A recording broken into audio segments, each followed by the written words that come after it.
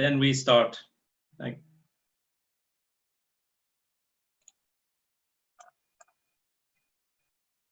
you. Your Excellencies, diplomatic representatives of many countries attending today, ladies and gentlemen, on behalf of the Belton Road Institute in Sweden, I would like to welcome you all to this webinar on the Health Silk Road and the fight against the corona pandemic.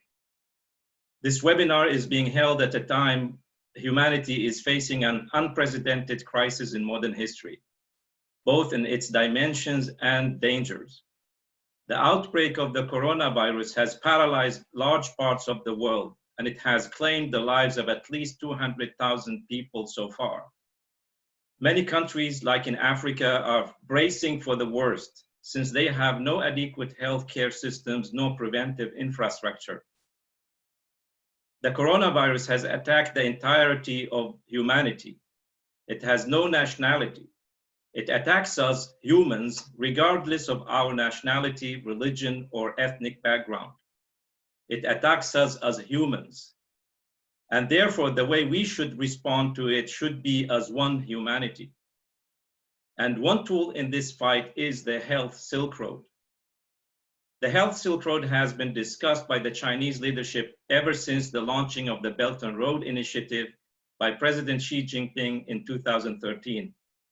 However, in August 2017, in an international conference in Beijing titled Belton Road High-Level Meeting for Health Cooperation Towards a Health Silk Road, at the end of which conference, the participants from 64 countries signed the Health Silk Road Communique.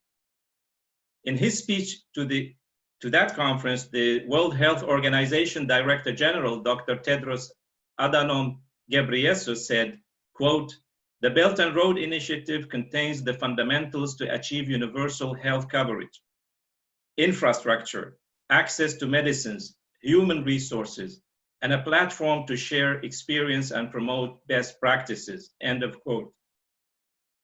Today, it has become clear that no one nation by itself can fight this pandemic. International cooperation is the key to fighting this enemy of humanity. It is therefore, this webinar has brought together many representatives of so many nations to discuss the shape of this cooperation. We have representatives today from over 30 countries in this webinar. I just want technical note, before I give the word to our esteemed speakers, all the participants enter the webinar as muted. The panelists are requested to kindly remain muted until their turn to speak comes. The audience can send questions and comments on the question and answer icon in writing, or by email to info@bricsweden.org, the same email you got the invitation from. And I will read the questions to the panelists. We have 4 speakers in the first panel, followed by a question and answer session. Now I would like to invite the first speaker of the first panel on the international cooperation, His Excellency Mr. Gui Kong-yu, Ambassador of the People's Republic of China. The word is yours, sir. Thank you. 各位尊敬的各位使节、尊敬的王主任等各位专家学者朋友们、网络朋友们，大家好。Your Excellencies, dear experts, Dr. Wang, friends joining us online, good morning. 首先，我要感谢瑞典“一带一路”执行小组提供这个网络平台，让我们跨越地域及时交流，看及新冠疫情经验，共同促进抗疫国际合作。Let me first thank BRICS for providing this online platform where we join each other for timely communication on battling COVID-19 and improving cooperation.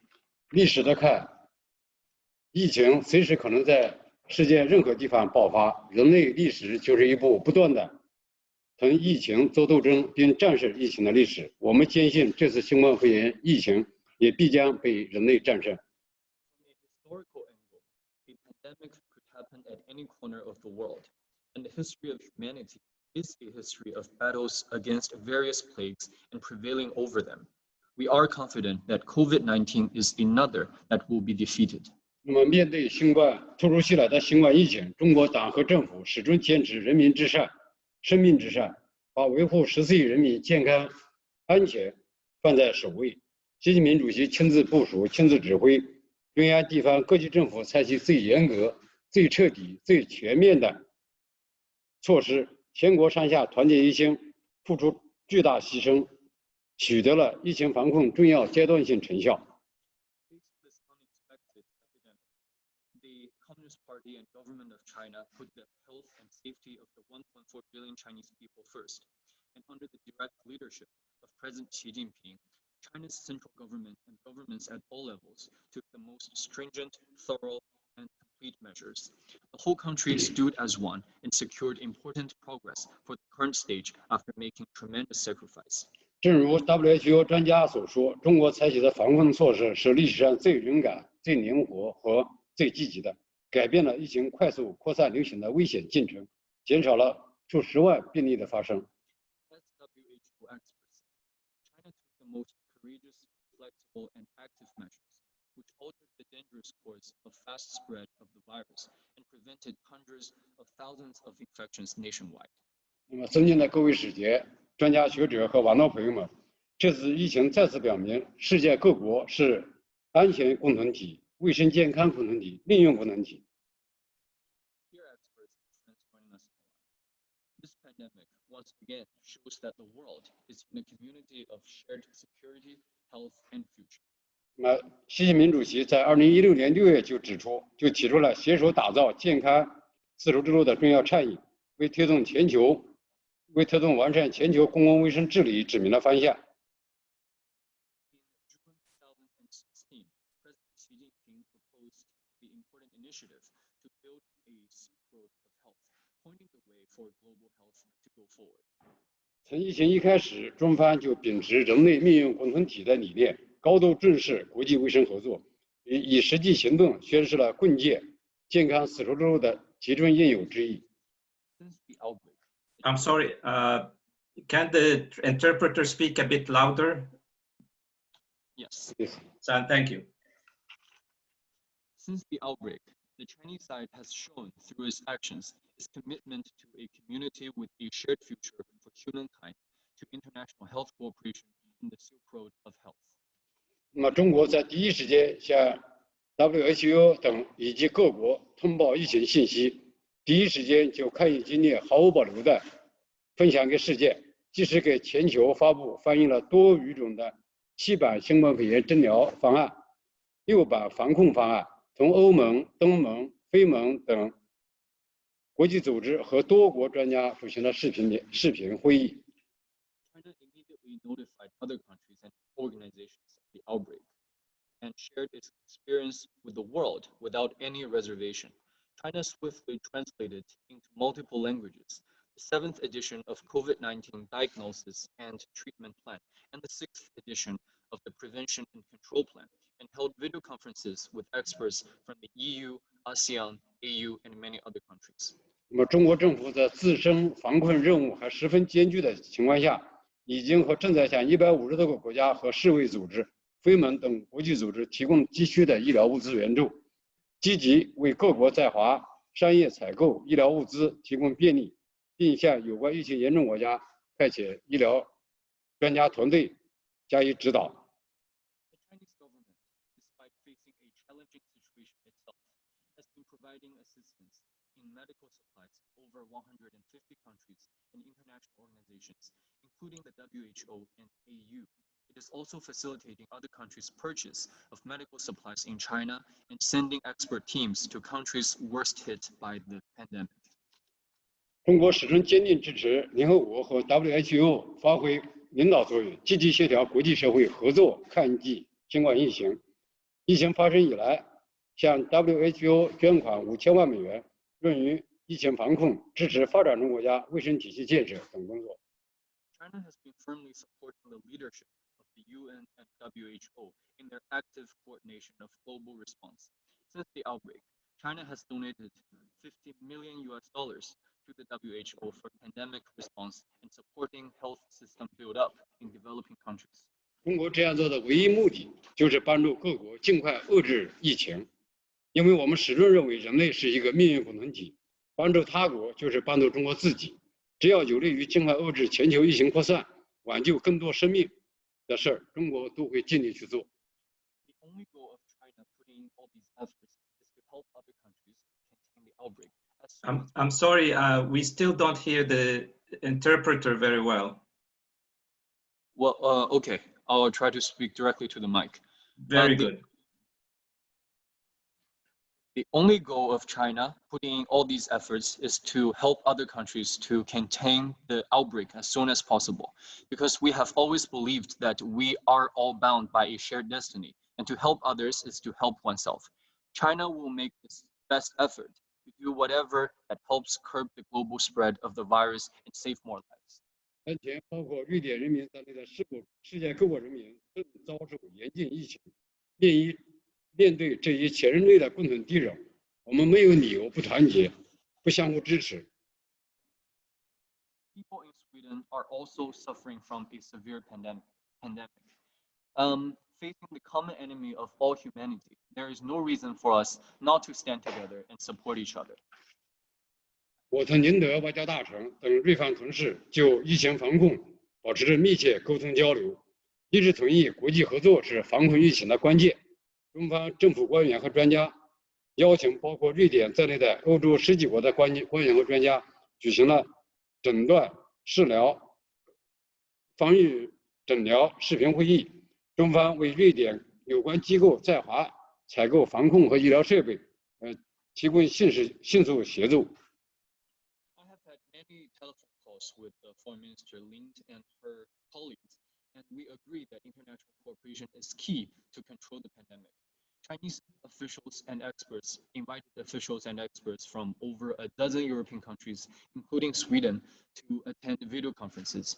China provided prompt facilitation for Swedish organizations purchasing medical equipment in China. 中方专家和卡罗林斯卡医学院等瑞方专家建立了机制化的视频交流，就病毒演变规律、临床诊疗方案、药物筛选等进行研究，开展多学科对口合作。今天我们国内顶尖的专家王教授也同我们一起视频连线，我们特别向王教授表示感谢。Chinese experts and Swedish experts from Karolinska Institute have established regular online communication mechanisms, holding discussions on virus evolution, clinical diagnosis, and treatment and medical selection, conducting cooperation on multiple subjects. We're very honored to have Dr. Wang, who is a top expert from China, to join us today. 我们使馆也向瑞典有关医院、养老院捐赠了防护设备，帮助瑞典人民抗疫。The embassy also donated protective gears to Swedish hospitals and elderly homes to help Sweden's fight against the virus. 尊敬的各位使节、专家学者、网络朋友们，习近平主席强调，团结合作是国际社会战胜疫情的最有力武器。王毅国务委员兼外长也指出，要在全球抗疫合作中推动构建人类命运共同体。Dear friends, as President Xi Jinping stressed, solidarity and cooperation is the world's most powerful weapon to defeat the pandemic. As State Councilor and Foreign Minister Wang Yi pointed out, it is important to advance the community with the shared future for humankind in the global response to the pandemic.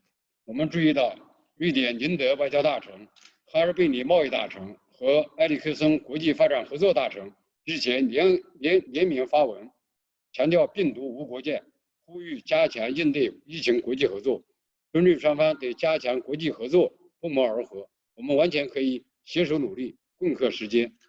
We also noticed that the recent article jointly issued by Minister of Foreign Affairs Ang Ling, Minister for Trade Anna Halber, and Minister for International Development Cooperation Peter Eriksson stressed that virus knows no borders, and it is important to enhance international cooperation against the pandemic. 疫情无情人有情，面对严峻疫情，我们必须做出正确抉择，团结起来，科学应对，共同战胜病毒。中方愿同全球伙伴携起手来，共筑健康丝绸之路，推动完善全球公共卫生治理，打造人类健康命运共同体，增进各国人民的健康福祉。China and Sweden hold the same position on enhancing international cooperation and can well work together to overcome the challenges. Compassion of humanity will prevail over the pandemic. We must make correct choices, stand together, and adopt scientific approaches to win the battle together. China is willing to join hands with partners across the world, build a Silk Road of health together, work for better global health governance, build a community with a shared health, and make contributions to the well-being and health of people all over the world. 我祝贺这次网络研讨会圆满成功，谢谢。 May the conference be a full success. Thank you. Thank you very much. Xie, thank you very much, Your Excellency. We are very happy to hear what you have to say. For the audience, I would like to say that to learn more about the efforts China is making and other nations are making, on the Belton Road Institute website, we have weekly updates on the Health Silk Road, what kind of efforts are being done by China and other nations to work together. So it's a lot of information, but I think it's very useful today to have in this situation. Thank you, Your Excellency, Ambassador Gui Songyu. Our next speaker is His Excellency Mr. Dragan Momcilovic, Ambassador of Serbia to Sweden. Please, sir, the word is yours.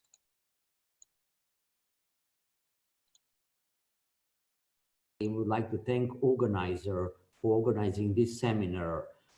Having in mind that there are a lot of people here to talk and to discuss, I'll try to be very, very brief.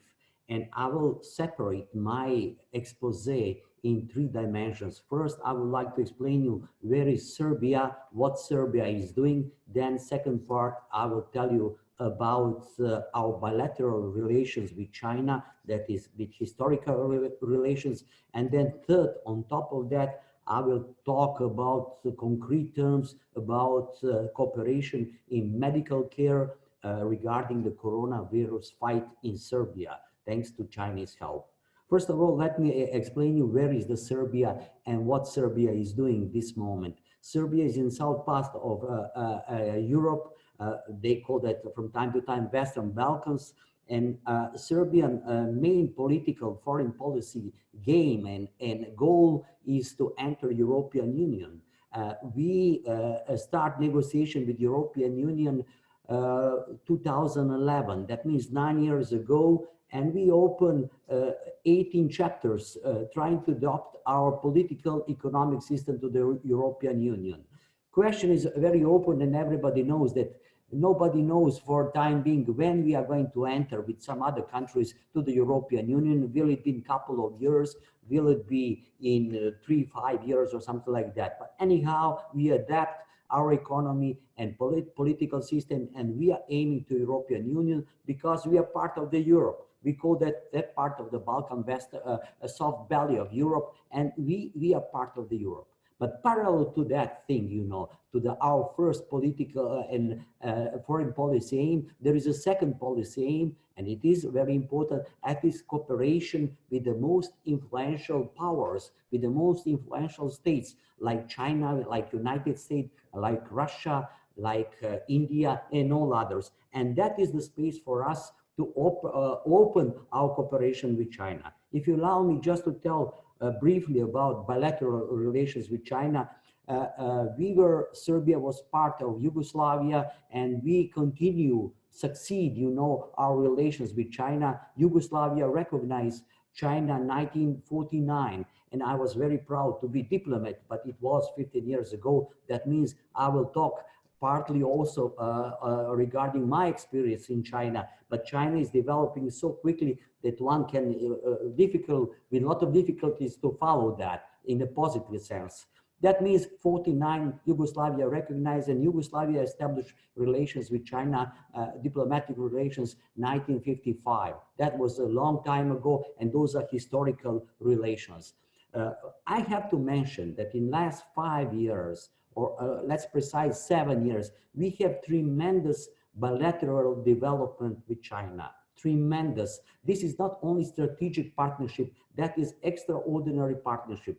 Because as a compensation, the European Union left us a space to cooperate, then China and other partners enter, but especially China. And I can now try to say some sectors where China is present and especially helping us to recover our economy. one of the sectors that was China very present in Serbia and of course in the surrounding countries and in all other countries in Europe is the transport sector and infrastructure. That means the Chinese companies are working now to interconnection between Serbia and Bosnia. Chinese are helping us to develop railroad link.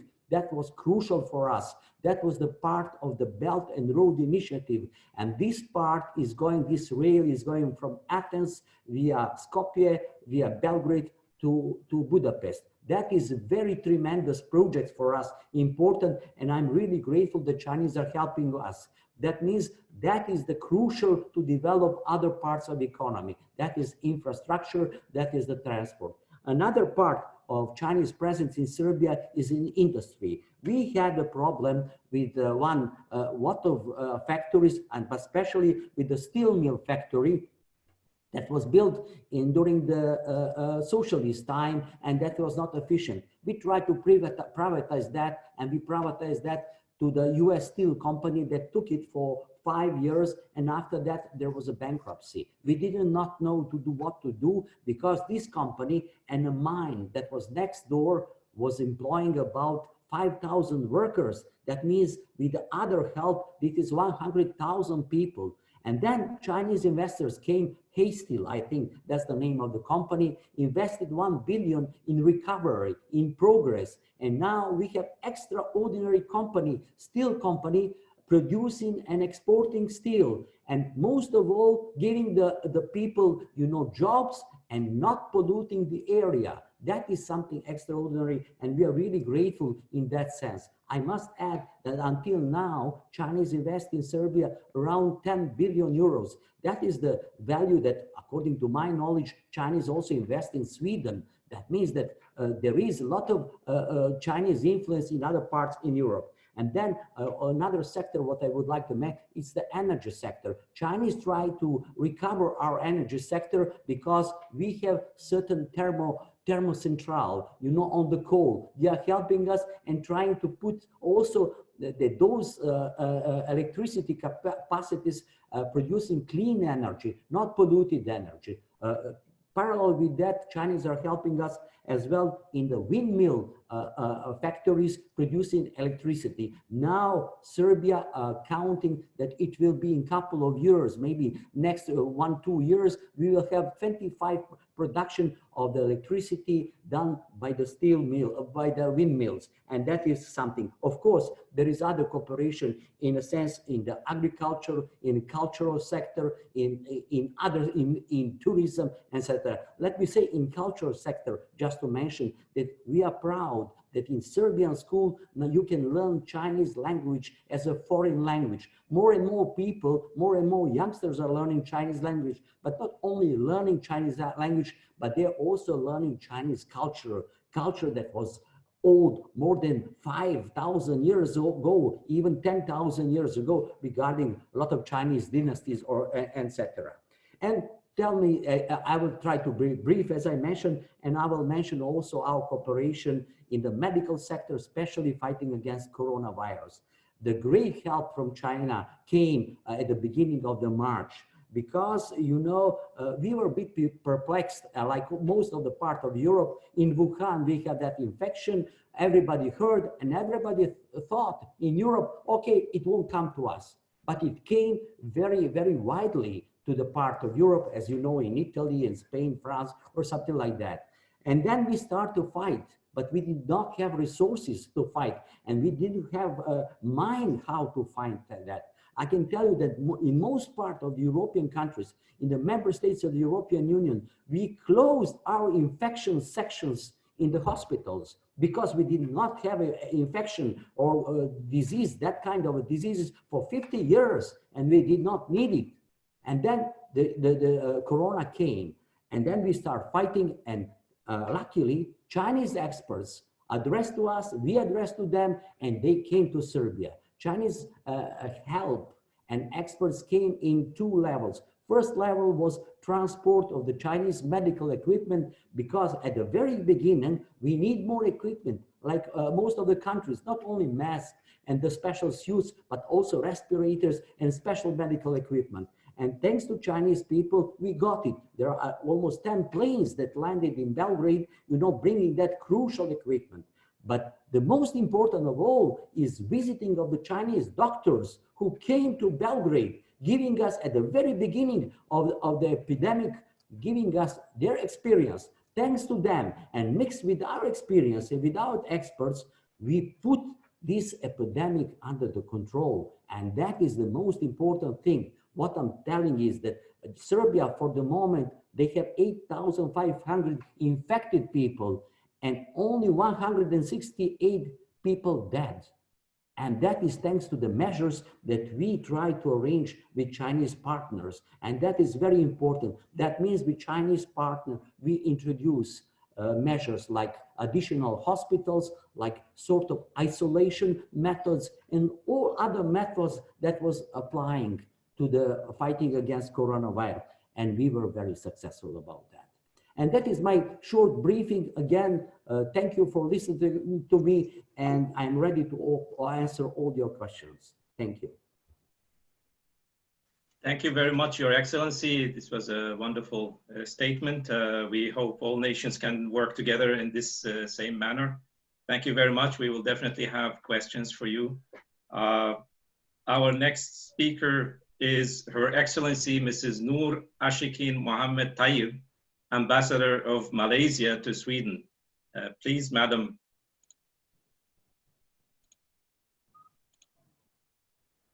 The word is yours.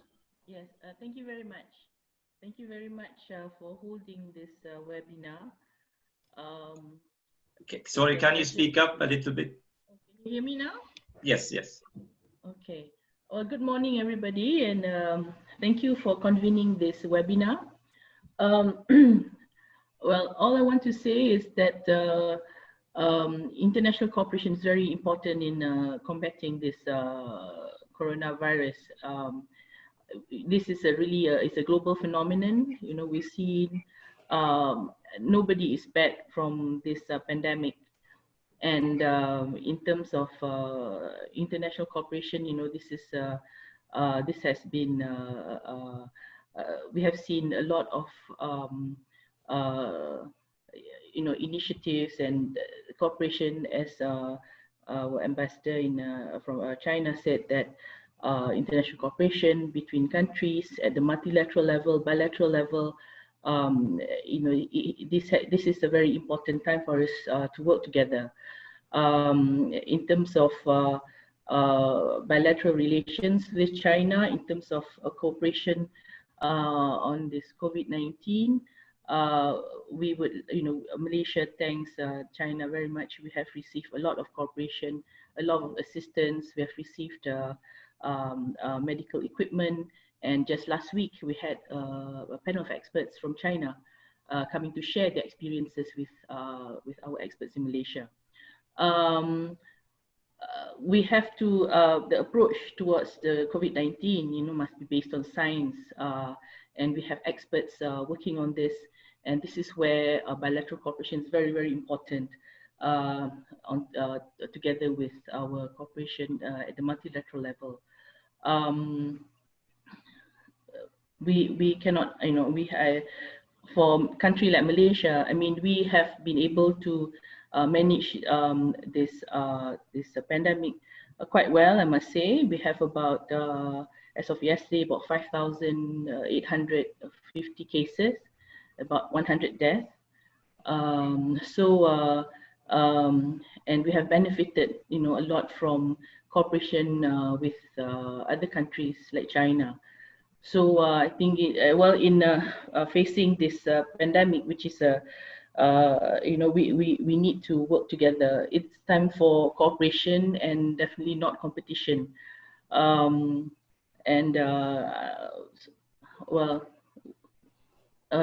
We look forward to work together with all countries in the world to curb this pandemic. The most important, we have a lot of, it's important to share experiences.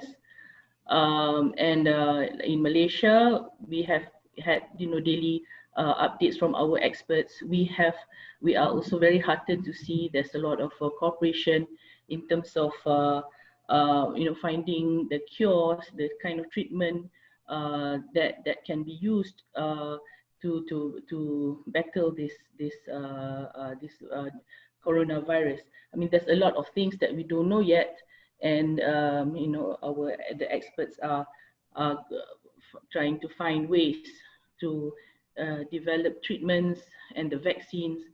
And I mean, this is our, we will be settled with this virus for the next until we find a vaccine, actually. So the earliest, the experts are saying is between 12 to 18 months. So that is, we're talking about end of 2021.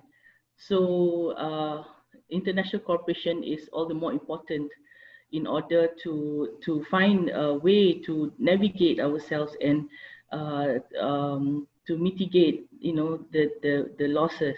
But there's a lot of challenges, but there's also a lot of opportunities for us to work, especially in terms of healthcare.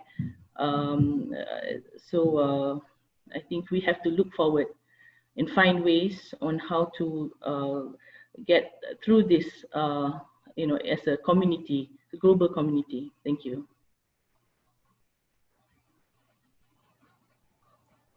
Thank you very much, Your Excellency.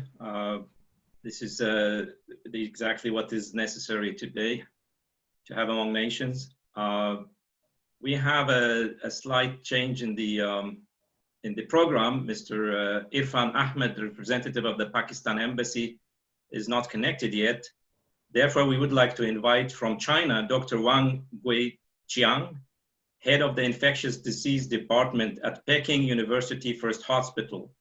We have actually been waiting with excitement to hear his findings and observations from his direct work with the corona patients in China. So please, Dr. Wang, the word is yours. You can also share on the shares site if you have a PowerPoint.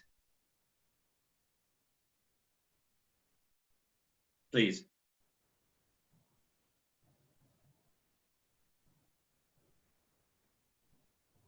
You have to unmute him.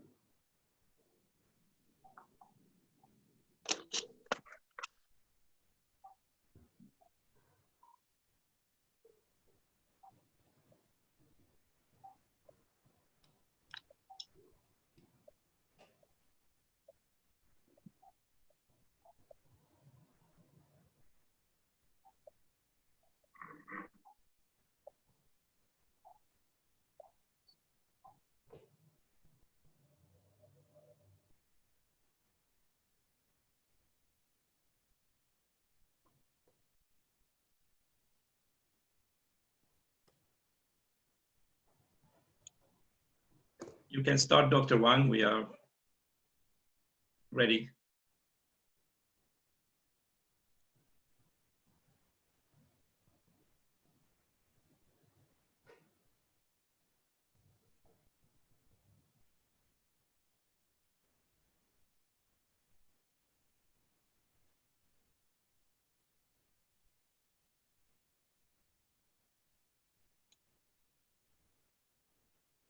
I think you have to go to full screen if you have a PowerPoint.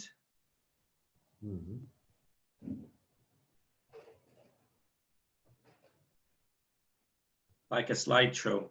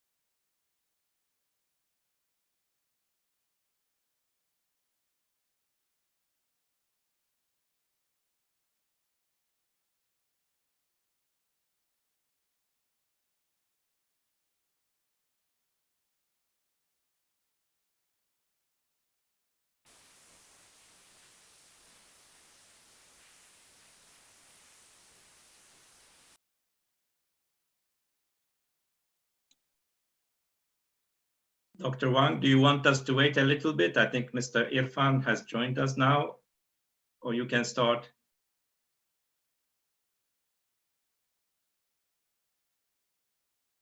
We don't hear you.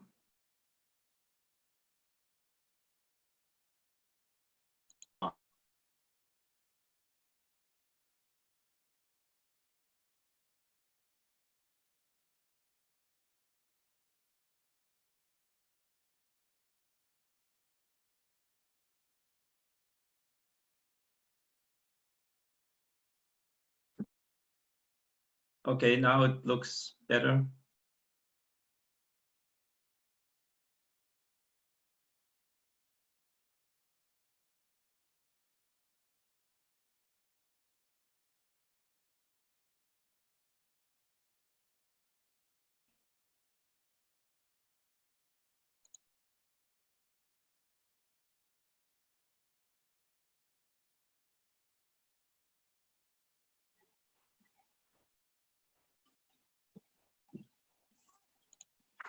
Hello.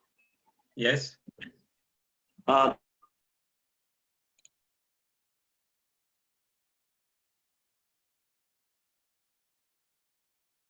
Dr. Wang, we can't hear you.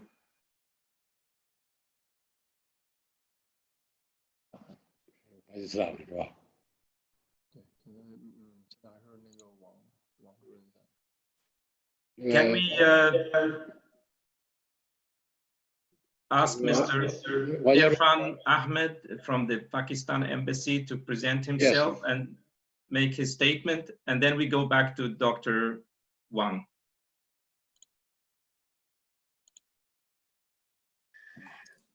Good morning, distinguished panelists. Hussein, thank you for allowing me to join this distinguished panel. And if COVID-19 proves anything, it is the fact that the world is indeed now a global village. And whether we like it or not, we cannot stay, individual countries cannot stay isolated from each other anymore. So whether it's health problems or health solutions, these have to be global in nature. The COVID-19 has proved that point beyond any doubt, I believe. And that's why the government of Pakistan, the Prime Minister of Pakistan also looks at it as a challenge, but also an opportunity to initiate some global actions that would mitigate the circumstances for third world countries that suffer mostly from such global health challenges. The Prime Minister of Pakistan has called for a global initiative on debt relief. And that initiative has been widely welcomed both by the United Nations and other international bodies. And in consultation with the UN and other international institutions, now Pakistan will convene a group of interested countries at the UN to commence consultations on further steps that can be taken to evolve a comprehensive solution to the debt challenges of developing countries that result from the COVID-19 situation. The Prime Minister of Pakistan and the Foreign Minister are speaking to a number of world leaders to discuss the need for a coordinated and comprehensive solution to the debt issue. In this respect, let me also talk about the domestic steps that the government of Pakistan has taken. The government of Pakistan has launched a preparedness and response plan to suppress and mitigate the spread of COVID-19.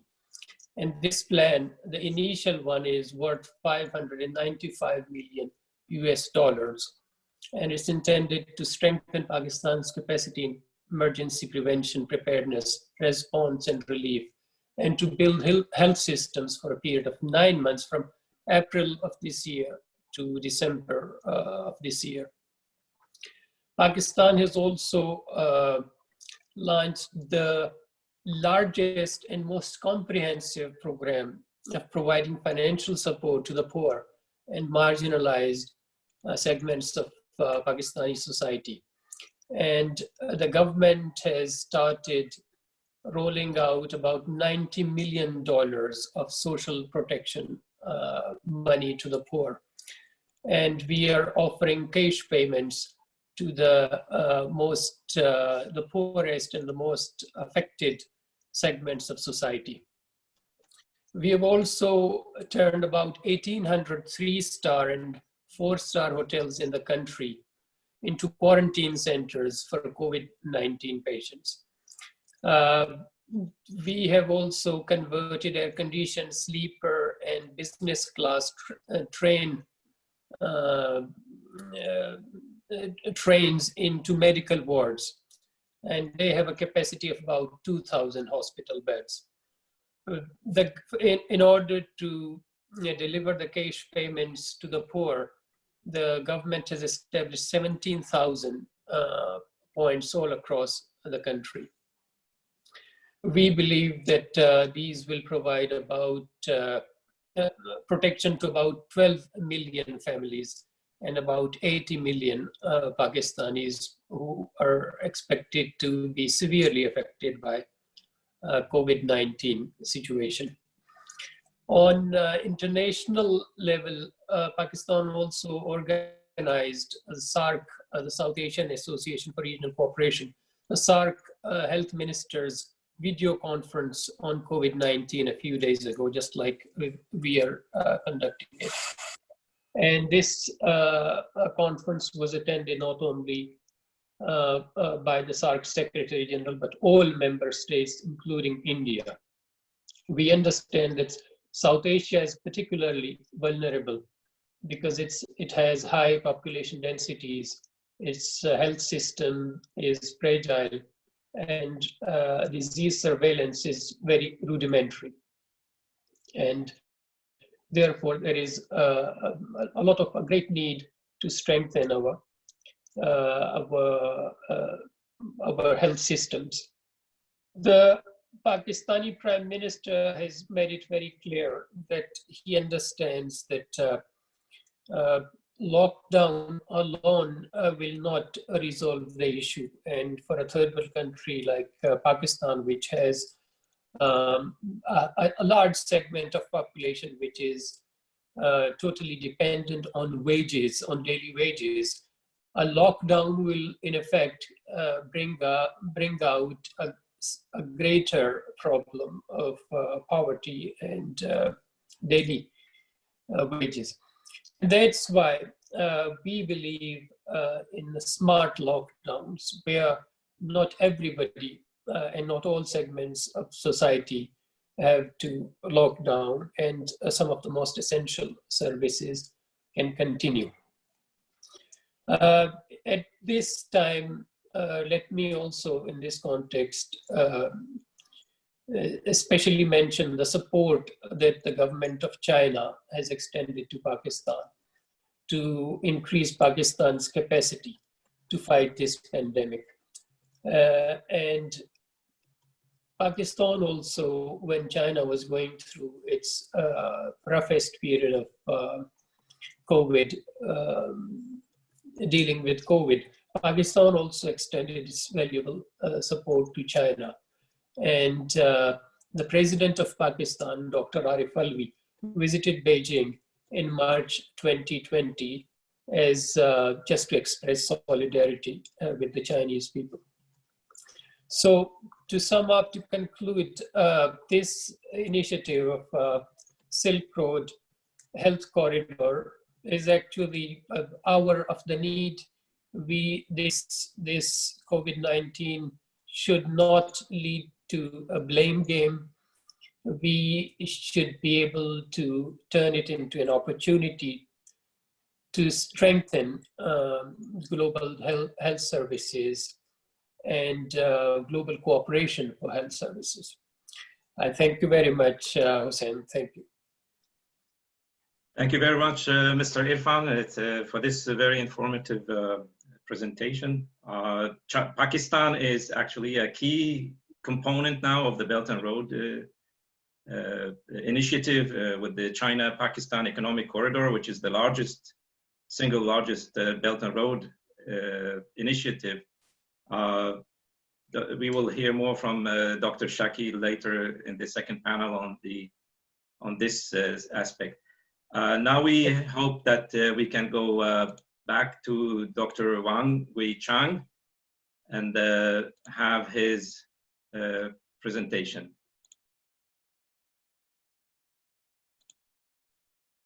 Please, Dr. Wang.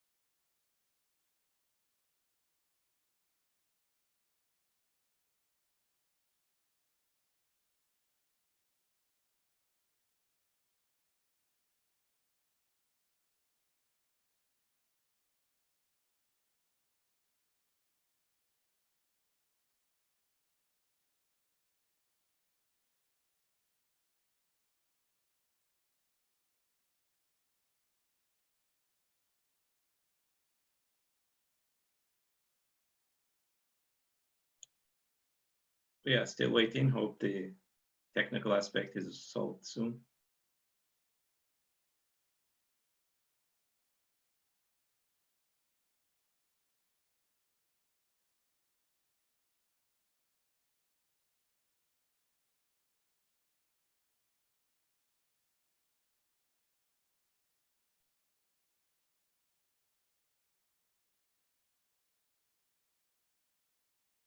Is it okay for you, Dr. Wang, to address us without the PowerPoint, or is that difficult?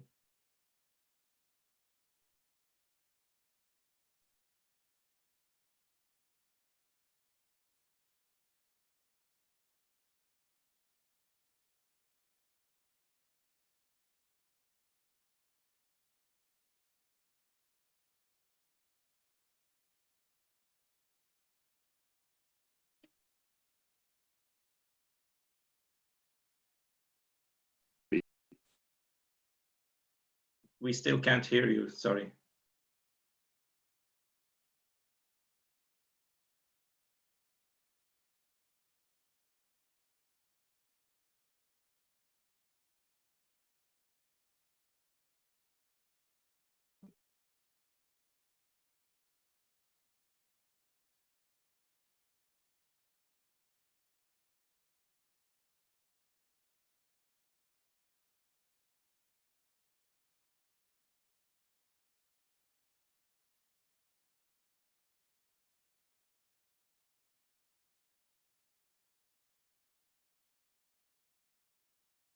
Mr. Askari, can you hear me, please?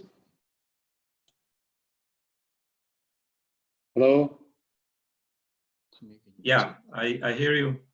我们可以等着王教授继续连线，我们可以先讨论起来，可以提问。我建议这样，看行不行？ Maybe it's better that we start our discussion first, and so that Mr. Wang can have some more time for the preparation, if that's okay. That's very good. Yeah, I was about to suggest that. Very good. We start the question and answer session and wait for Dr. Wang to join us again. Yes. Okay, we have a few questions.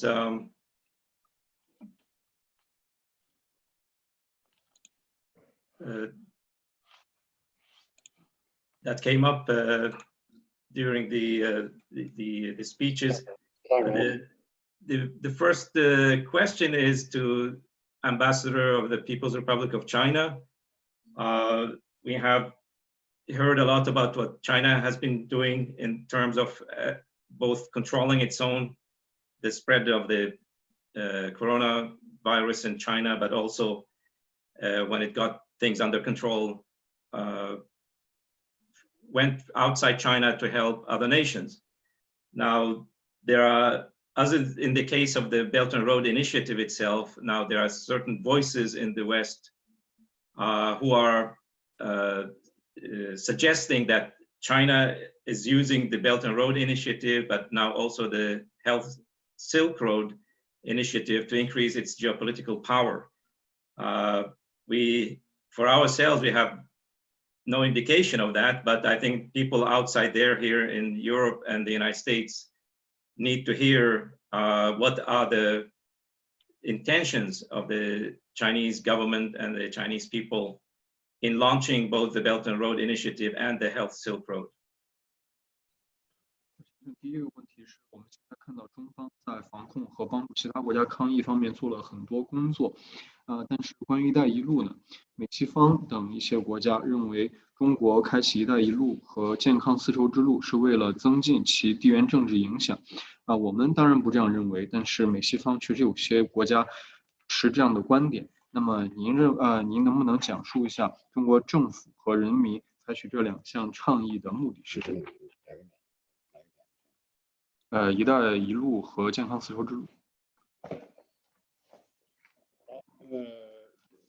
关于“一带一路”合作，我们也讨论了很多。“一带一路”合作，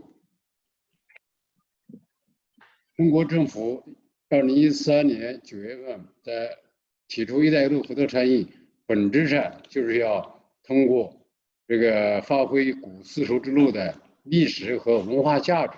来推进中国跟沿线“一带一路”国家之间的这个物。你上来一下，我这网络可能有问题，一直老在那边听不到我声音，看看用你的网络试试。上吧。 Well, there is indeed a lot of discussion going on regarding the Belt and Road Cooperation. The very intention of the Chinese government launching this cooperation in September 2013 is to tap into the historical value of the ancient Silk Road to enhance the practical cooperation along the line. 概括的讲，习近平主席提出的现代“一带一路”合作，就是2000多年前古丝绸之路合作的这个扩大版、深入版。 Well, in general terms, the modern Silk Road proposed by President Xi Jinping is a bigger and deeper version of the Silk Road that we had 2,000 years ago. 因为中国要进一步发展，离不开其他国家，离不开其他国家的发展，离不开跟其他国家的合作。 Because cooperation with other countries is an indispensable part to facilitate China's further growth. 那么中国发展起来了，也愿意帮助其他国家，特别是欠发达国家，发展。 Now, China is more developed than before, and China is more willing to help other countries achieve their development. 正像我跟瑞法朋友都是强调的，这里没有任何这个政治意图，地缘政治意图。 As I have mentioned to my Swedish friends many times, that this is not mixed with geopolitical agenda. 一带一路合作就是投资合作、贸易合作、基础设施建设合作、人文合作等等，都是务实领域的。 Belt and Road Cooperation is all about practical cooperation, about cooperation in investment, in culture, and in infrastructure. 那么如果说实际上，有些国家说“一带一路”，中国推进“一带一路”合作有地缘政治意图，这个不经一驳。 In fact, there is no need to refute arguments such as China is after geopolitical agenda. 那么如果按照这个逻辑，中国2000多年前跟中亚国家、跟中东、伊朗、中东国家、跟意大利等欧洲国家开展“一带一路”合作，那中国当时就有地缘政治意图了。中国占领了谁？侵略了谁？没有。 If we truly follow this logic, then when China pursued this Silk Road over 2,000 years ago, having cooperation with countries along the route like Italy, like Iran. Was China after some geopolitical purposes? Did China try to conquer or conquest any country?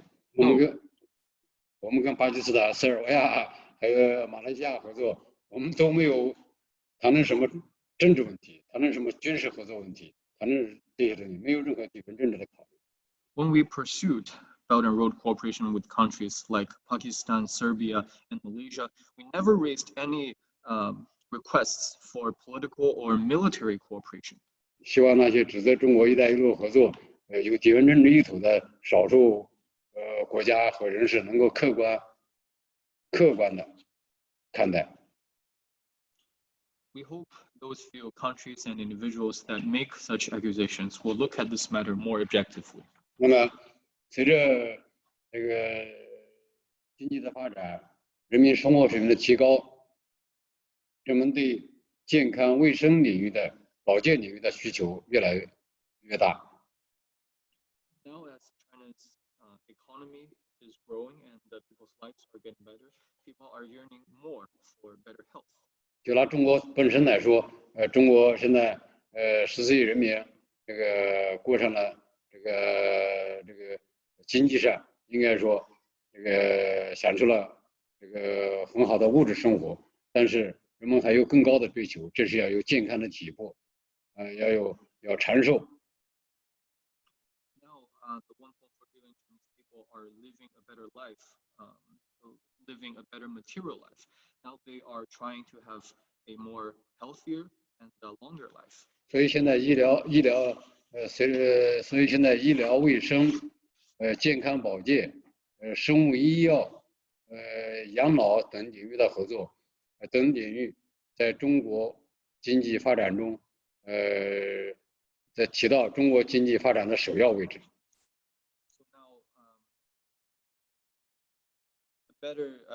So now fronts on medicine, health, biology, and elderly age care are now occupying a much more important position on China's development. 那么，习近平主席提出的中国人民要过上更加美好的生活，在这个其中就考虑到中国人民对医疗卫生、健康、养老、保健等领域越来越大的需求。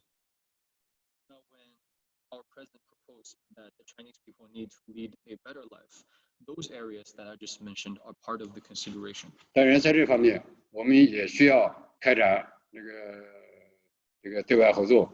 我们需要借鉴包括瑞典在内的一些发达国家，这个在医疗卫生、健康、养老等领域的好的做法和经验。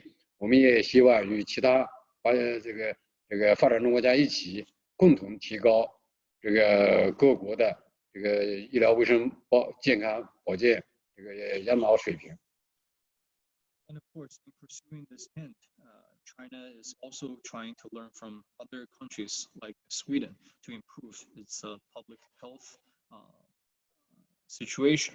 And in doing so, we will also try to work with other developing countries in developing our public health together. 我们还希望通过健康丝路之路合作，来共同提高全球的公共卫生保障水平。In pursuing the Silk Road of health, we also want to improve the general level of public health of the world. 那么，通过健康丝路之路合作，来避免像新冠病毒这样的这个突发病毒，这个再次发生。Through such international cooperation, we also hope to prevent epidemics like COVID-19 from happening again. 那最后一个层次就是说，我们希望通过健康丝路之路合作，来共同应对突发公共事件，各国通过健康丝路之路合作，相互帮助，来共同克服像这个新冠病毒这样的突如其来的公共卫生事件。And also in carrying out such cooperation, we also want to shore up our capacity to respond to such unexpected public health emergencies. 总之，健康丝路之路合作是各国本身高质量发展的需要，是各国合作共同提高这个全球公共健康卫生水平的需要。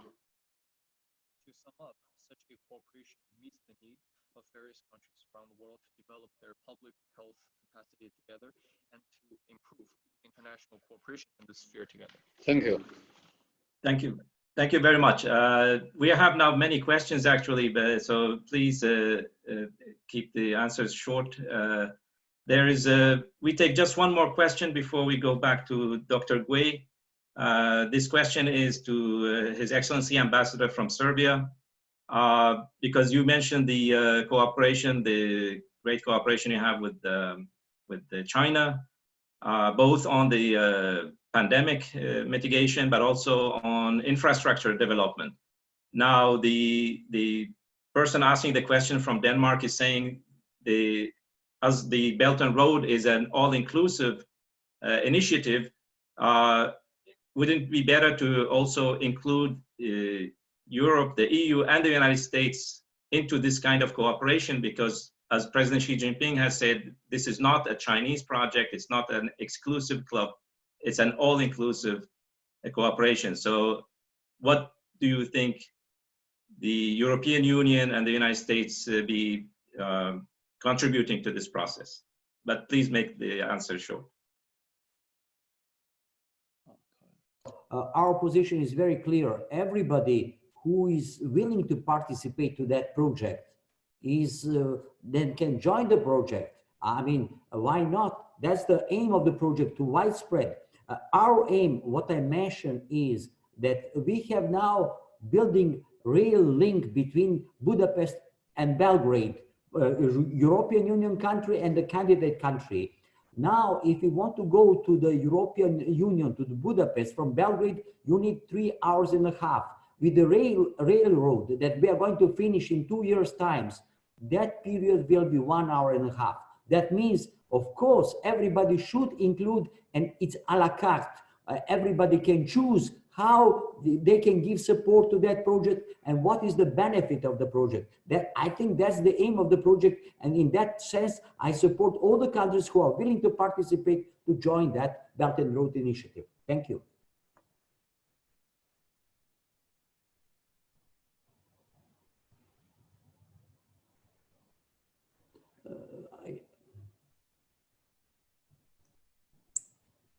No, you have to unmute. You have to unmute. I can't hear.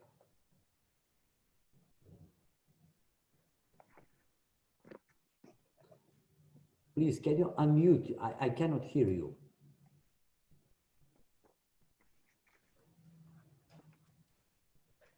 Mr. Asker, you have muted yourself. Sorry, no, I was saying that there were some questions, one more question to Ambassador Gui, but we were thinking if Dr. Wang could make his presentation, or? Yes, can you hear me now? Yes, please. Hello? Hello? Yes, can you hear me? Yes. Okay, just I will share my slides here. Can you see my slides? No, can you make it full screen or a slideshow? Okay, I'll share, okay.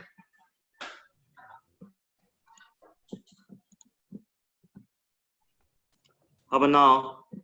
Can you see my slides? Now we see your picture, yes. Yes? Can you see the slides? Yeah, the first slide is your picture. Yes, sure. Okay. Yeah, go ahead. So we can start now, finally. I'm sorry, maybe the website. Everybody, I would like to present my talk. First of all, I want to say that the international collaboration is very important to fight COVID-19 all over the world. I would like to share some experience in China from the prevention, control, diagnosis section. The containment strategy with 7 measures. First of all is the social distance, personal protect, and social mobilization, environmental measures, and infection prevention control, and travel-related measures, and the detection quarantine. Detection quarantine is the first thing we should do to control the disease progression. We have some key experiences, including the 4 defense line. That means we win the battle in Wuhan, Hubei, and the second line is to prevent a major outbreak in Beijing. And the third line, stop spread the disease, is around the Hubei. And fourth line is contain the spread the pandemic nationwide. We emphasize that early detection, early reporting, early isolation, early treatment is very important to control disease and to continue and reduce the mortality. In China, we have the strategy to community engagement is all over the China. The epidemiological characteristics of the disease, including the source infection, all the COVID-19 patients is infected, source infection, including asymptomatic infected people. The route of transmission, we know that is respiratory droplets, close contact, and sometimes the aerosol transmission is possible. All the population is susceptible, infected by the COVID-19, from the newborn to 108 years person. There are some findings from the autopsy and the biopsy from the COVID-19 patients. This disease mainly damage the lung and the immune system. For the lung, we can see many aspects, including the lung solid change, the exudation and the hyaline membrane formation, and the monocyte macrophage infiltration. And also, we can find the bronchi filled with some mucus and mucus plug. This gives us a suggestion that we have to clean the air tract to get.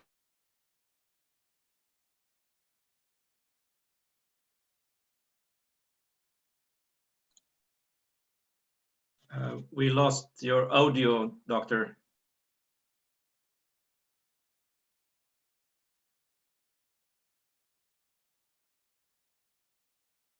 Hello? Yeah, hello, now we hear you. Okay. Also, you can see my slides? We can see only your picture still. Only, how about now? No, where is only, my slides? Only the first slide we can see. Oh, sorry. Okay, I'll share.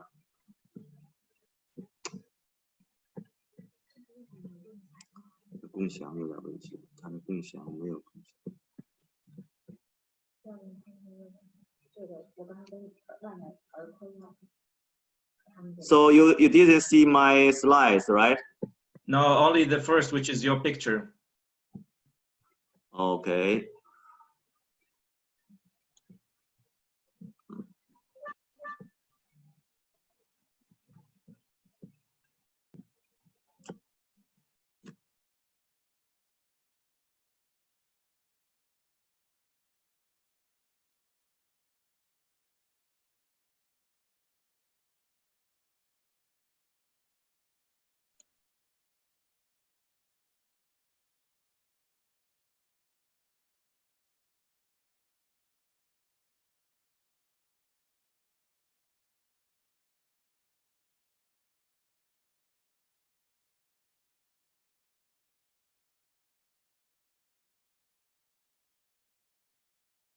Dr. Wang, are you going to be with us for the rest of the webinar?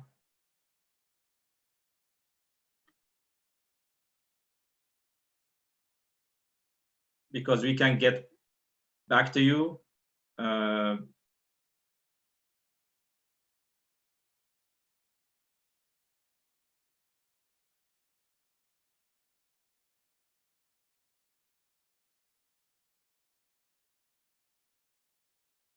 Okay, in the meantime, we have a special guest from Sweden, from the most prominent scientific, healthcare scientific institutions in Sweden, the Karolinska Institutet, Mr. Göran Thomson.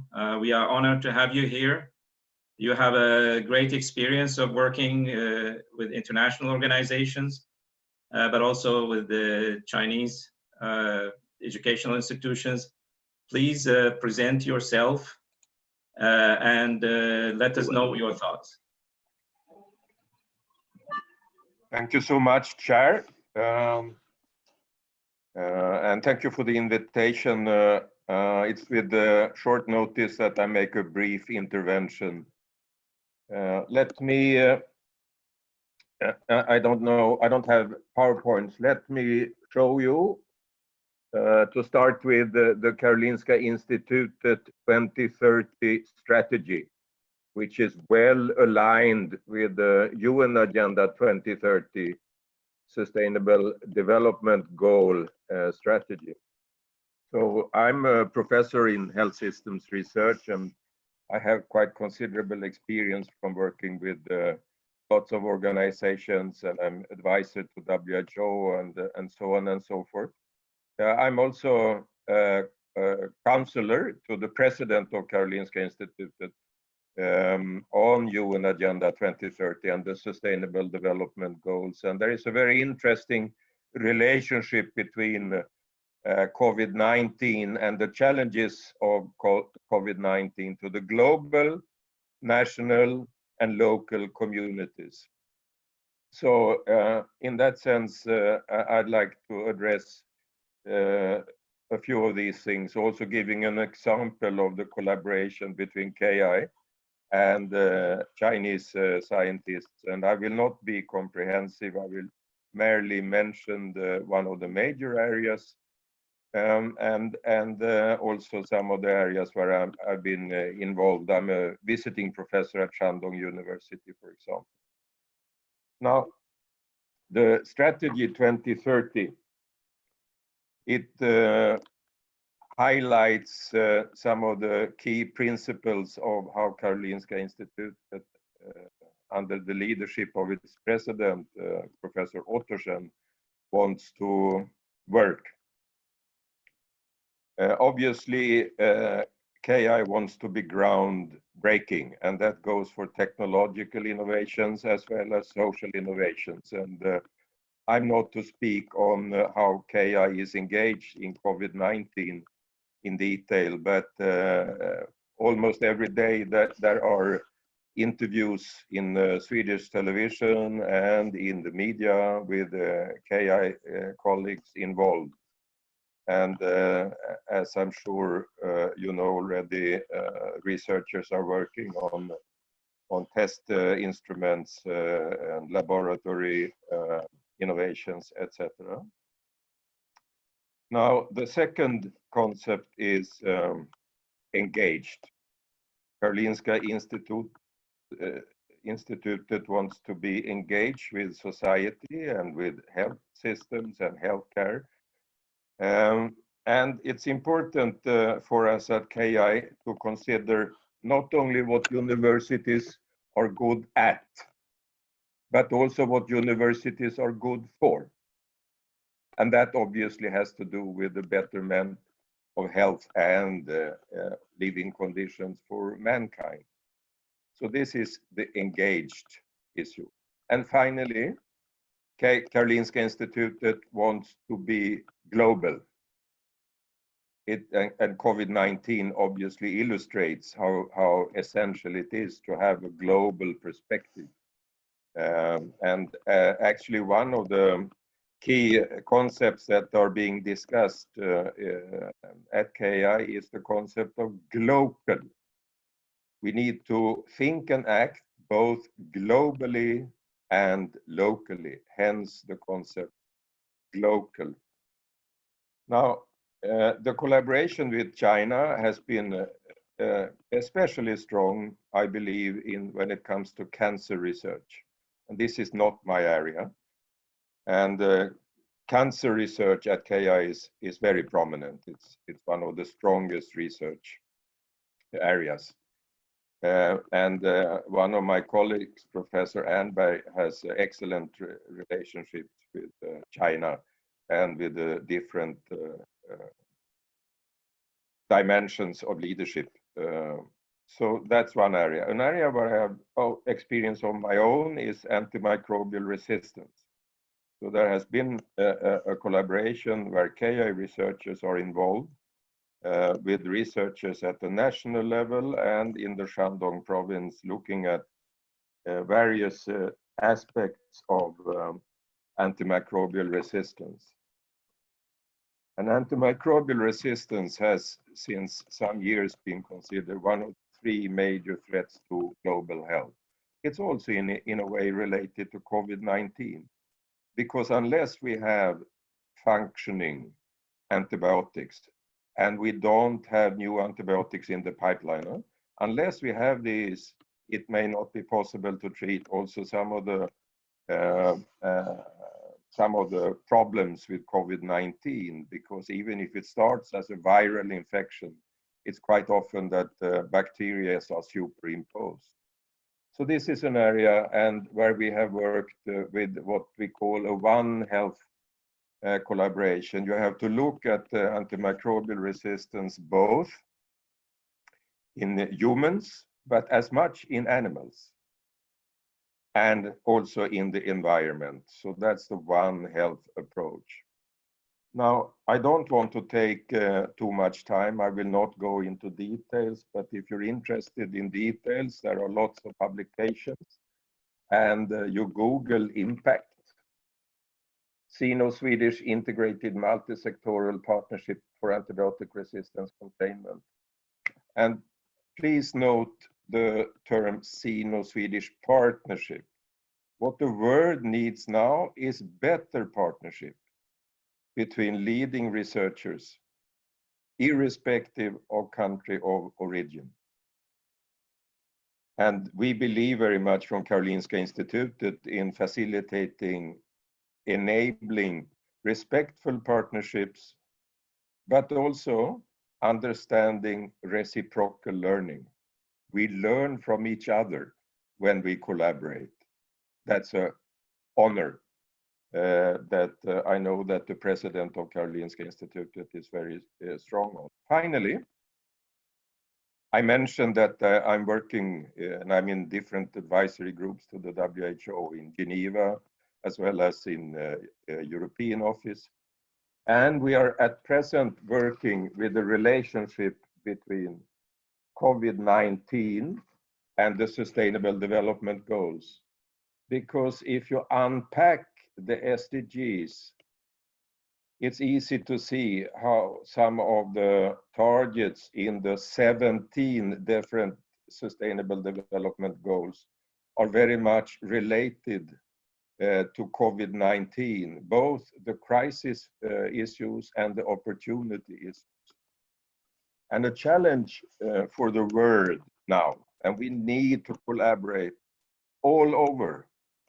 We just had an article published in the major Swedish print journal, Svenska Dagbladet, with the signatures from all different presidents at Swedish universities and the director of an institute that I co-founded, Swedish Institute for Global Health Transformation at the Royal Swedish Institute, Royal Swedish Academy of Sciences, Royal Swedish Academy of Sciences, in support of WHO, because it's the only global organization we have for health. So I think I will finish with this kind of relationship and the importance of understanding that when thinking of not only the acute emergency situation that we have to solve, okay, we also need to think about post-COVID-19 society. And we need to think of how to build back better. And we need to work in parallel with these two dimensions, both containing this pandemic and thinking of how building back better a society. Because one thing we can be sure of, and that is that pandemics will be part of our life. And the more we have of globalization, the easier it will be. I've written quite a lot together with the pioneering Swedish researcher Otto Kasch on antimicrobial resistance. We started the global network 15 years ago when it was not so much on the agenda. And one of the metaphors we used to have, one of the sayings was, visa is important, but bacteria which are resistant to antibiotics, they don't need visa. They pass over borders. So antimicrobial resistance solutions need, in Swedish context, need global approaches. And clearly the same is for COVID-19. There is a need for a global response. There is a need for us joining hands. There is a need not to make this a political issue.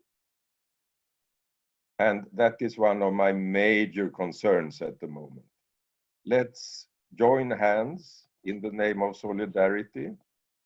Let's work together. Let's avoid political tensions. And let us also look into what the world agreed on. And I'm very happy that this happened 2015 with the Sustainable Development Goals. It would have been much more difficult today.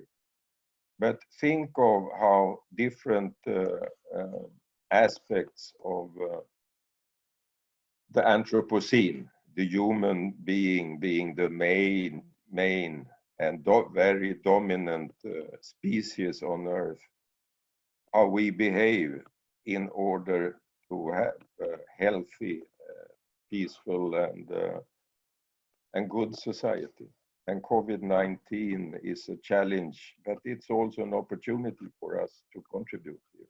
Thank you so much. Thank you very much, Dr. Thompson. This was really inspiring to hear from you. We also appreciate very much that you joined us on a very short notice, but what you have just said is very, very inspiring and right to the point of the whole theme of the webinar. This is the goal of this webinar. This is the goal of all the people participating in this. Thank you very much. My pleasure, sir. As my understanding is that the excellencies, the ambassadors, have a very limited time. They told me earlier that they have to leave around 10:30. Is that still the case for Ambassador Gui?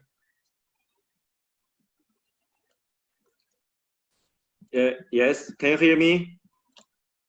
Yeah, can we take a last question because the ambassadors are going to leave us in 10 minutes?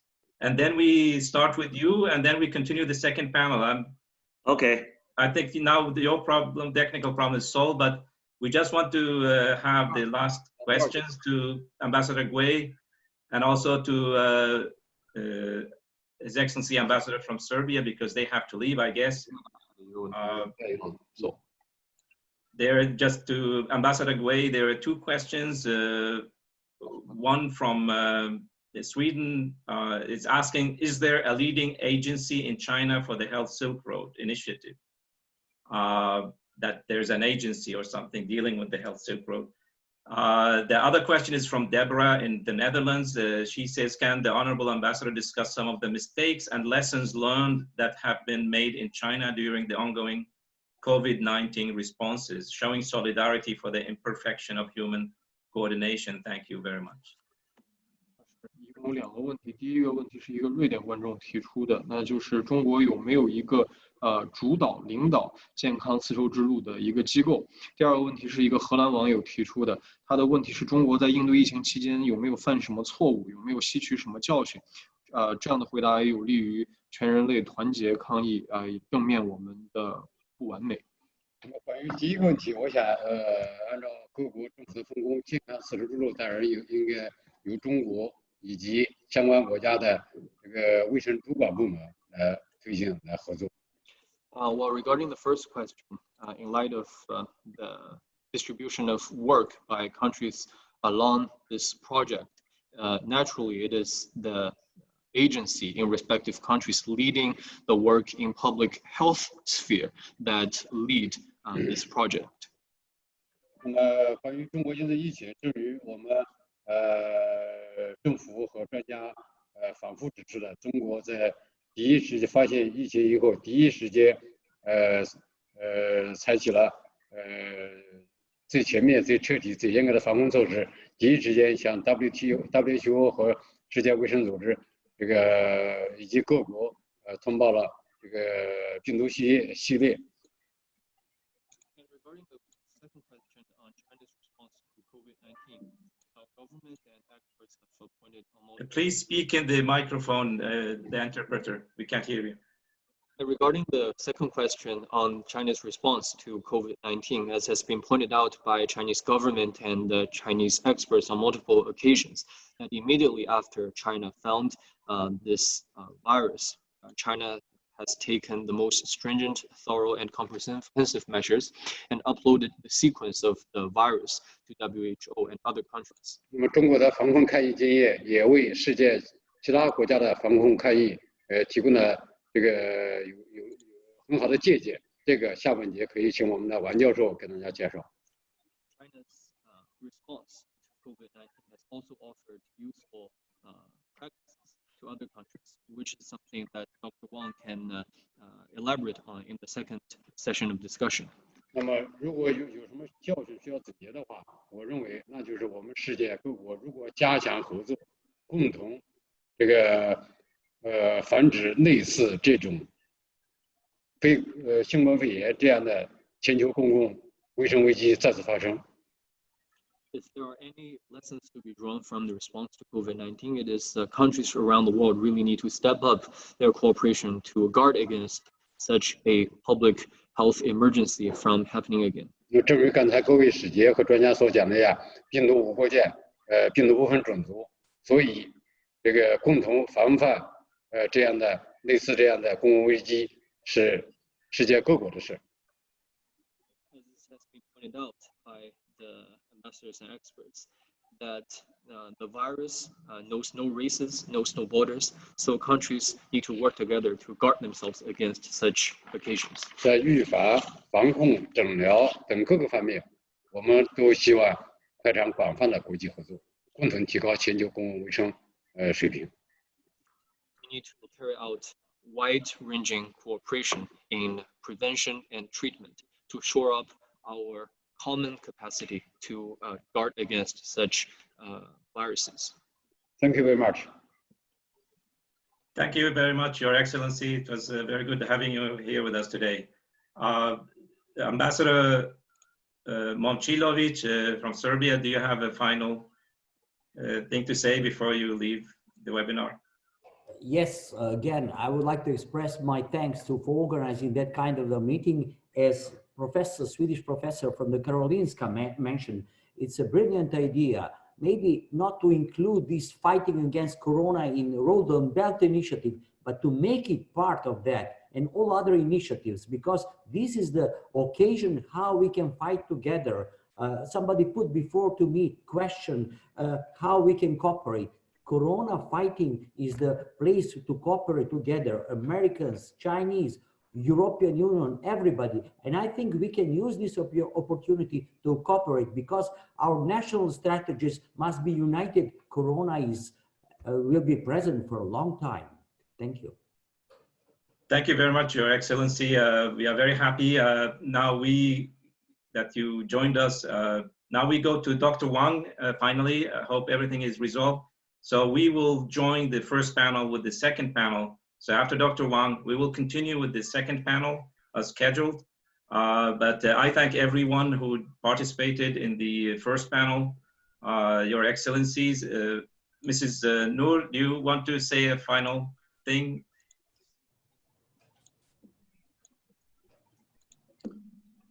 Yeah. Yes. Can I start now?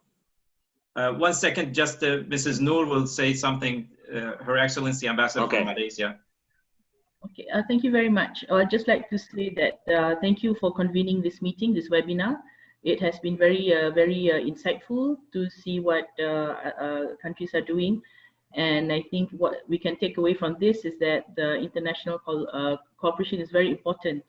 I'm also very inspired by what the professor from Karolinska Institute said about looking at the post-COVID-19 society. I think we have to look forward, and the COVID-19 is here for us to deal with now, but with international cooperation, I think we will find a way to make sure that the people in the future would have the kind of means to deal with this. Thank you very much. Thank you very much, you two. We are very happy to have you here today. So now we will go back to Dr. Wang.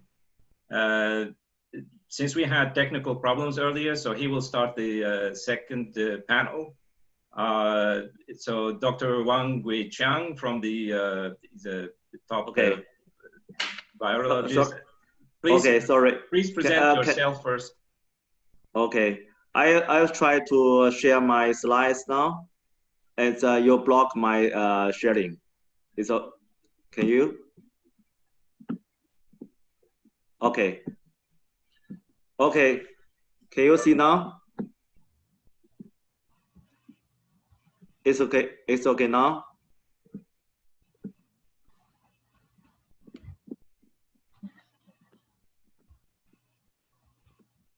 Yes, it's okay.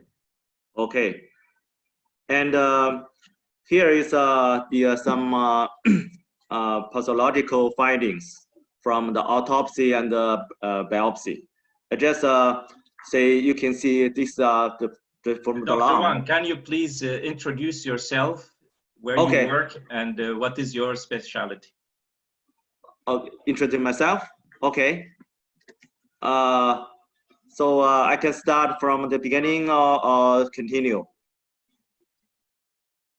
Yes, just say who you are and Okay. where you work, and then continue. Yes. Okay. Hello, everybody. I'm Guiqiang Wang from the Department of Infectious Disease, Peking University First Hospital. And I am focused on the infectious disease control and diagnostic treatment. And in this COVID-19 pandemic, I'll deal with the treat and save the patients and generate the Chinese protocol for diagnosis and treatment. And I make many lectures in China to teach the physicians in the to treat the diagnosis and treat the COVID-19. So I continue my presentation here. From the autopsy and the biopsy, we can find many injuries from by the lung. Here I show the highlight for the left.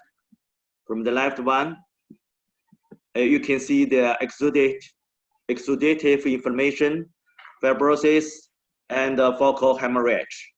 And from the right one, you can see the hyaline membrane formation. This is a very important figures from the patients, dead patients. You can see this membrane, the impact on the oxygen exchange. And also we can see the velar exudation and the vascular hyaline thrombi. This thrombi is very popular in critical patients. So we have to treat them by the anti-coagulation agents. And also we can see the pulmonary fibrosis. This shows some the immunohistochemistry staining of lung tissue. you can see some the macrophage, T lymphocyte, CD4, CD8, and the B lymphocyte infiltration in the lung. That gave us a clue that the cytokine storm happened in the lung. Many immuno cells infiltration in the lung, and also we found that there are cytoplasmic variants, many virus in the lung on electronic microscopy. This gave us clue that the long-term antiviral treatment is necessary. There's another important finding from the autopsy and the biopsy. The immune system was injured seriously in COVID-19 patients. The spleen and lymph nodes biopsy and the autopsy, you can see the strong of lymphocytopenia and CD4, CD8 T cells reduced in spleen and lymph nodes, and also in bone marrow, many immunofunctional cells is decreased. Here she the other organs damaged by the COVID-19 infection, including the lymphocyte, spleens, and epithelial cells, renal, and the hyaline thrombine in glomerular capillary, and the hepatocyte, you can see the degeneration and some necrosis and hemorrhage. There are different clinical manifestations, including fever, dry cough, and fatigue. Be awareness that in some severe or critical case, the dyspnea can happen rapidly in short time. So we have to monitor the patient very seriously to find the Dr. disease. Wang, are you changing the slides? We see only the first slide. Only the first? Yeah. Oh, sorry.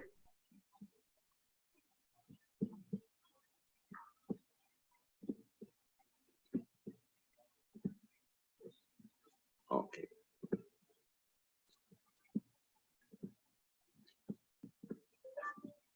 It's changed? The slide changing? Hello? Can you see the change?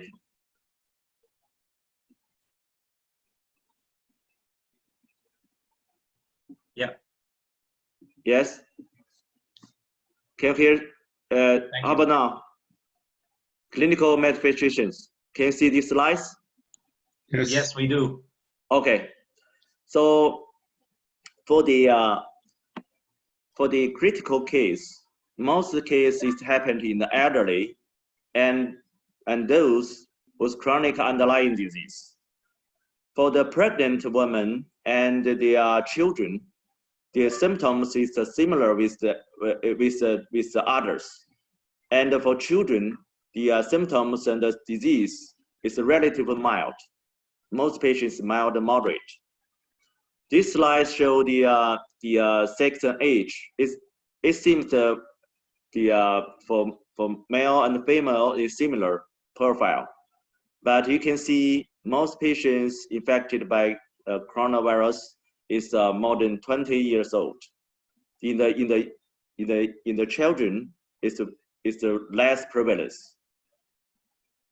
And this is symptoms of COVID-19 China. You can see the fever, dry cough, fatigue is very popular, and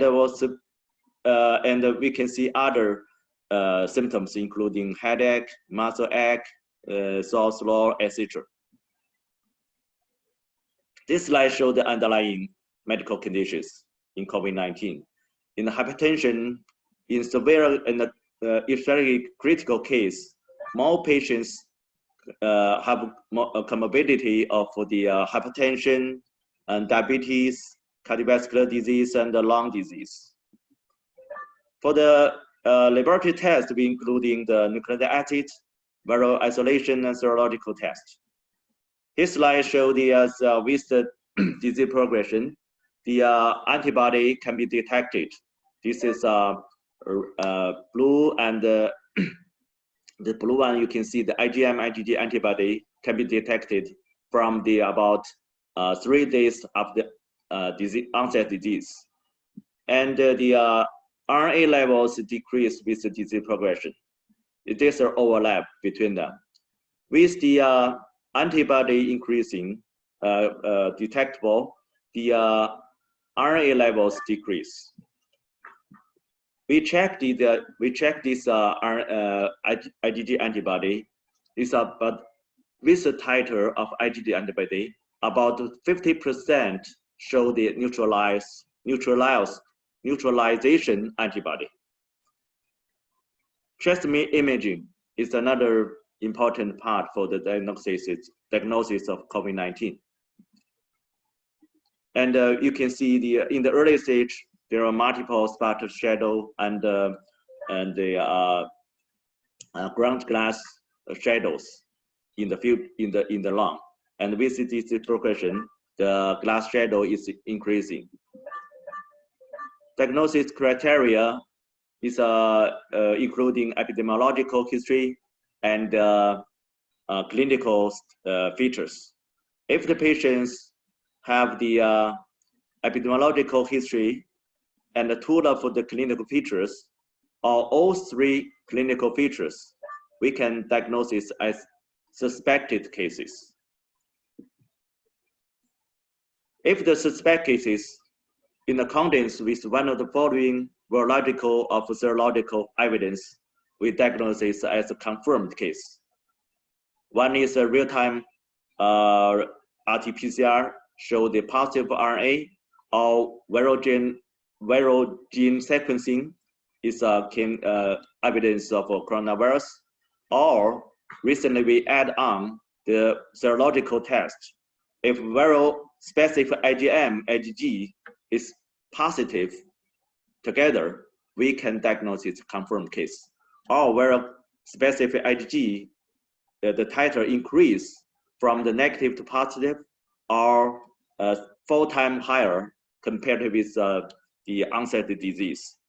So serological test is important supplementary for the RNA test in the diagnosis of COVID-19. There are different clinical types, including mild, moderate, severe, and critical. So we have the different definition for this clinical type to give us the clue how to treat the patients. These slides show the distribution proportion of severe case in COVID-19 in China. You can see the yellow one is a severe case, and the red one is a critical case. With the disease, with the aging increasing, the percentage, the proportion of the severe critical increasing. So it's given we have to awareness that we have deal with the aged people very seriously, because most severe and critical case is aging people. The proportion of deaths in different age group is similar with the severe and the critical case. More patients have the mortality rate. You can see with the disease, age increasing, the mortality rate is increasing. In the more than 80 years people, you can see the mortality rate is more than 20%. We have to treat all the patients very early stage. Early diagnosis, early report, early treatment is important for reduce the mortality rate.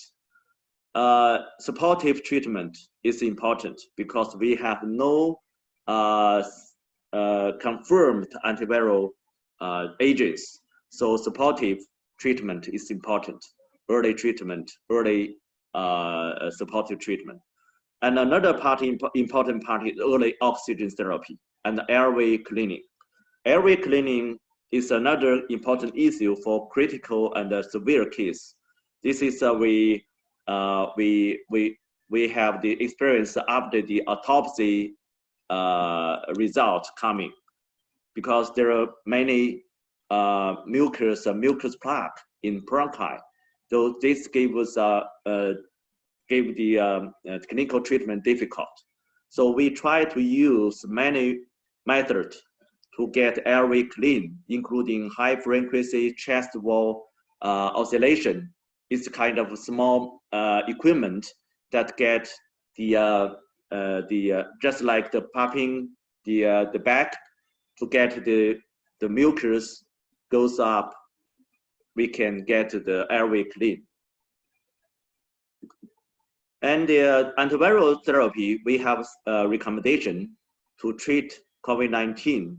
We just recommend some agents that already on market with a good safety profile to try to use in COVID-19, including alpha interferon, collateral, ribavirin, Abidor, and chloroquine phosphate.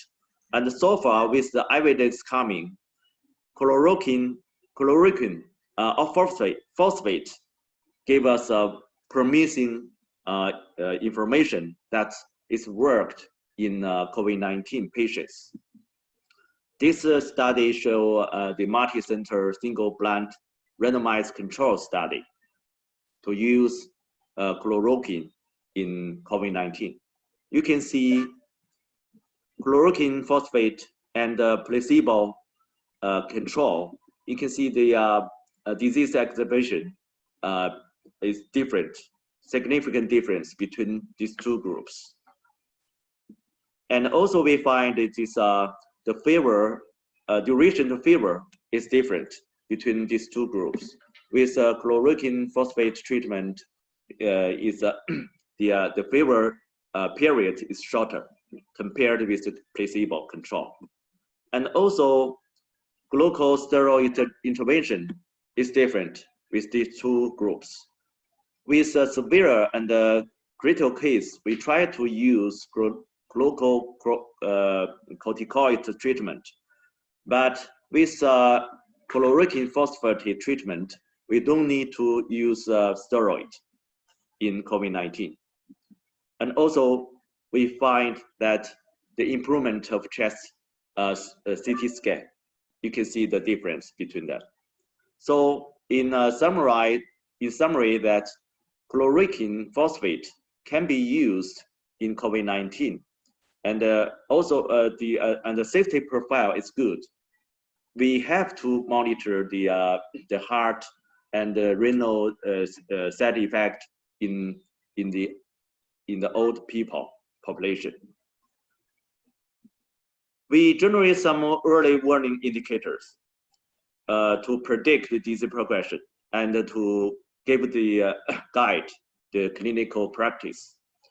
For example, the peripheral blood lymphocyte decrease or elevation of inflammatory factors such as interleukin-6, CRP, and lactate sustained elevation or long lesion developed serum ferritin elevation and the cardiac troponin increasing. These are some our work is showing that the survivor and the non-survivor, you can see the big difference between the D-dimer. D-dimer is increasing in non-survivor patients, and also we can see the lymphocyte count is decreased in dead people. And a similar profile, you can see the interleukin-6 increase dramatically in the dead people, and also you can see the serum ferritin is high level in non-survivors. Here show the troponin increasing in non-survivor patients, and lactate increased, sustained in the high levels in non-survivors. So all these indicators can guide our clinical practice to treat patients very seriously in the early stage. We have other protocols for severe or critical cases, including respiratory support, circulatory support, and to support the organ function. And also we try to use convalescent plasma treatment, blood purification, and immunotherapy, interleukin-6 receptor agonists, tocilizumab, and other therapeutic. For the respiratory support, oxygen therapy is very important. From the nasal canals or mask, or high flow nasal catheter oxygenation, the invasive mechanical ventilation, and some rescue therapy for even ECMO. So I have emphasized the prone position ventilation is very important in the severe case, and including the air tract clean is very important. Prone position ventilation can give the chance to air tract clean. So ECMO in the late stage is not effective. So we have to use ECMO as early as possible. Convalescent plasma treatment worked. We have treated the COVID-19 in Wuhan, Hubei, and other cities over 600 all over China.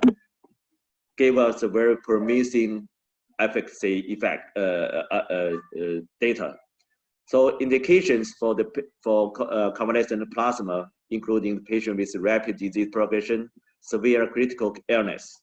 So we use 200 to 500 milligram convalescent plasma for each COVID-19 patients. We try to use tocilizumab on cytokine storm. So from the pilot study, it showed the promising efficacy data. So we are still working on it. Recently, we have just we start to launch a clinical trial, international clinical trial in Italy and Germany recently. Tocilizumab in the treatment is there's some serological evidence, because in COVID-19, in severe and critical case, the elevation IL-6 is very common. So IL-6 elevation can cause cytokine storm, can trigger the cytokine storm. So we just try to inhibit this pathway. Blood purification is another important treatment method to get to release the cytokine storm.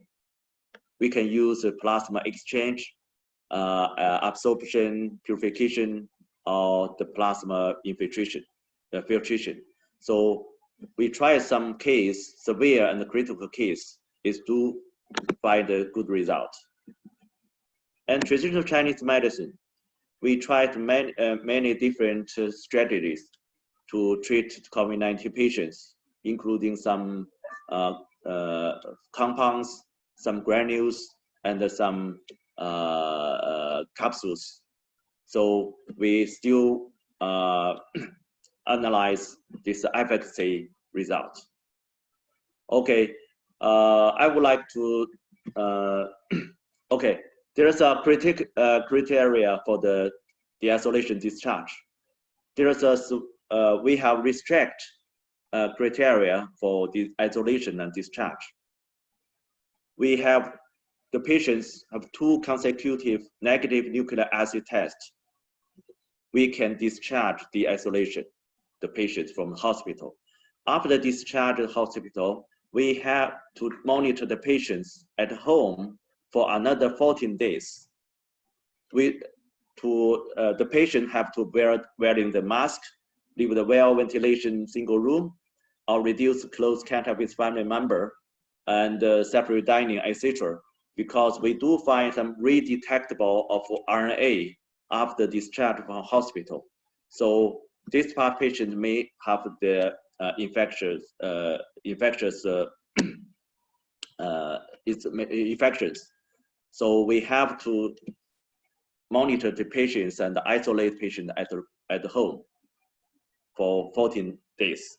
And we recommend patient to go back hospital 2 or 4 weeks after discharge from hospital, because we find some these pulmonary fibrosis and the pulmonary function dysfunction. So we have monitored all the patients after discharge from hospital. Okay, I would like to close my presentation. Thank you for attention. Thank you very much, Dr. Wei Chang. I'm sure we will have many people very much interested, especially in the medical sector here in Sweden and Europe and maybe in the United States, in your findings, but also in your recommendations. I hope you can stay with us until after the second panel to take questions, because we have to go directly to the second panel. And then after that, we can have questions to you and the other panelists, because we have shorter time. I can also announce that we extend the webinar to 12:30, not to 12 as earlier, so we can give people enough time. Thank you very much, Dr. Wang. Okay. Now we go directly to the second panel. This panel is dedicated to discuss the economic role of the Belt and Road in building a healthcare frontline globally. It's no secret that this pandemic has exposed many shortcomings of the physical economic preparedness of our societies here in the West. As for the developing sector, there is a lot that is missing to combat such pandemics.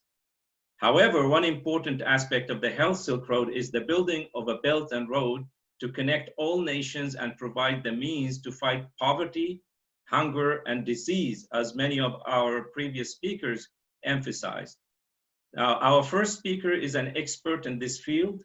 She, her association, and her husband, the late American economist Lyndon LaRouche, have advocated the building of a new Silk Road and World Land Bridge since the fall of the Berlin Wall. She has commissioned many major reports and studies, international conferences, and seminars on this subject. This has earned her the name of the Silk Road Lady in Chinese media. Please welcome our next speaker, Chairwoman of the Schiller Institute, Mrs. Helga Zepp-LaRouche.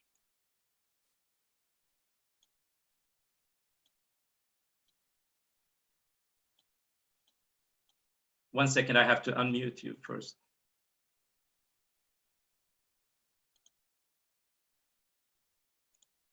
Can you unmute yourself?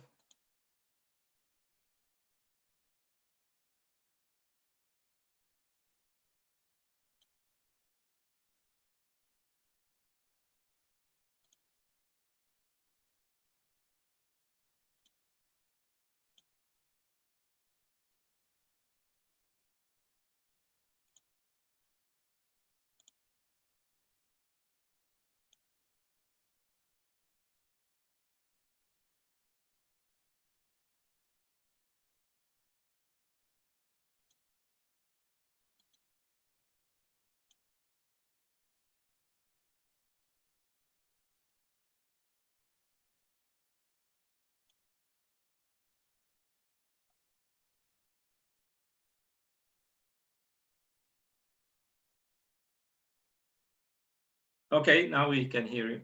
Okay, can you hear me? Yes, yes. Okay. Well, I want to greet all of you. And it is actually my pleasure to talk to you, because I think that what Dr. Thompson said earlier, that pandemics are going to be part of our life, unfortunately is true, but it also brings up the question that we have to address something which we should have been addressing a very long time ago. And that is that we have to minimize or eventually eliminate the conditions where pandemics have such a devastating effect on the human population. This is not unforeseeable. Many people say, oh, nobody could see this coming, but that's actually not true. Because my late husband, Mr. Lyndon LaRouche, already in 1973 commissioned what he called at the time a biological ecological task force, which was tasked with the investigation to look at the relationship between economic underdevelopment and the conditions which would further and make more probable the outbreak of old diseases, new diseases, pandemics. And what we were looking at that time was especially what does it do if you have entire parts of the world, namely the so-called developing countries, being over a long period of time with a low immune system, with malnutrition, with no clean drinking water. And it was very clear that this would absolutely create the condition for such devastating phenomena as we have seen it with the present pandemic. And in 1985, we published a very comprehensive study which basically outlined the connection between the lowered immune system and the danger of such pandemics. Now, this fact that pandemics would be possible was clear since SARS, since MERS, and there were many warnings by the World Health Organization, but also studies done, for example, in the German Parliament in 2012, predicting exactly what would happen if a pandemic would hit. And it is a fact that the governments of the European Union and also other governments of the so-called West in the United States and elsewhere did absolutely not do anything to prepare for this pandemic. Now, we have now reached a point where it is very clear that this is a pandemic. There is no way how it can be gotten under control as it was done in Wuhan and Hubei province in China, basically because the Western governments missed the opportunity of having a warning time of almost 2 months to go into action to prepare for the outbreak. So 2 months time were lost. And actually with the developing countries, it's even completely different because there is no way how they can do the kinds of health measures or the kinds of economic stimulus programs which the Western countries have now put into motion. So I think that we have reached an absolute branching point where we have to change our ways. We have to change the system, how we operate. And it's clear from the statements of virologists in Germany and elsewhere, for example, Professor Drosten from the Charité hospital in Berlin, who is a leading virologist in Germany. He said that he's extremely concerned about the early loosening up of the economies, which is going on in many European countries and many states in the United States, and that brings the danger of a second and even third wave, which will be even more devastating than the present one, simply because if a second wave hits, you will have not so-called hotspots, but you will have a much more even distribution of the outbreak of the disease, and naturally that makes it even more difficult to counter it. So we have reached an absolute point of crisis, because if you look, for example, now that the COVID-19 is spreading to Africa, to Asian countries, to Latin America. In Africa, for example, it is combined with drought, with a locust plague, which is increasing in magnitude very rapidly, where 50 million children are already suffering from malnutrition. We have a very high HIV infection rate and tuberculosis. So, you're really looking at a potential catastrophe. Now, this must be a wake-up call for all of humanity. What the Schiller Institute is therefore proposing is that, as it was mentioned by some of the excellencies earlier, we absolutely have to have cooperation, and we have to have a joint effort to establish what I would call a world health system, or what President Xi Jinping has called the health Silk Road. What I mean by world health system is that we have to have the crash program using, with the agreement of all the governments naturally, but using the corps of engineers of the armies. UN General Secretary Guterres has called for a worldwide ceasefire.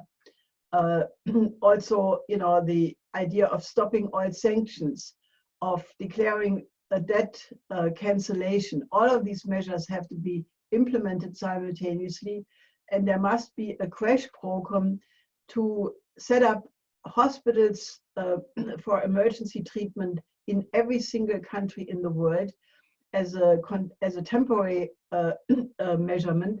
But then we have to absolutely move to set up a health system in every country which is on the standard of what used to be the very excellent Hill-Burton standard in the United States, or the standard as it existed in Germany and France until the 70s, before the privatization started.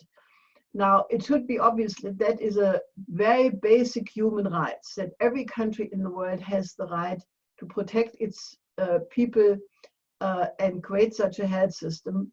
However, it's obvious that cannot be done without immediately starting to overcome the underdevelopment, which is one of the contributing factors why this crisis is so big, which means you have to start serious industrial development, starting with an infrastructure program in every country, and then to proceed to industrialize Africa, Latin America, and those Asian countries which are not yet on that road. Now, it should be also obvious that that is not possible with the present financial system, because if you look at the measures which have been taken by the central banks, especially since the outbreak of the coronavirus pandemic, they have opened the floodgates and just are providing liquidity in three-digit billion figures, even trillion figures.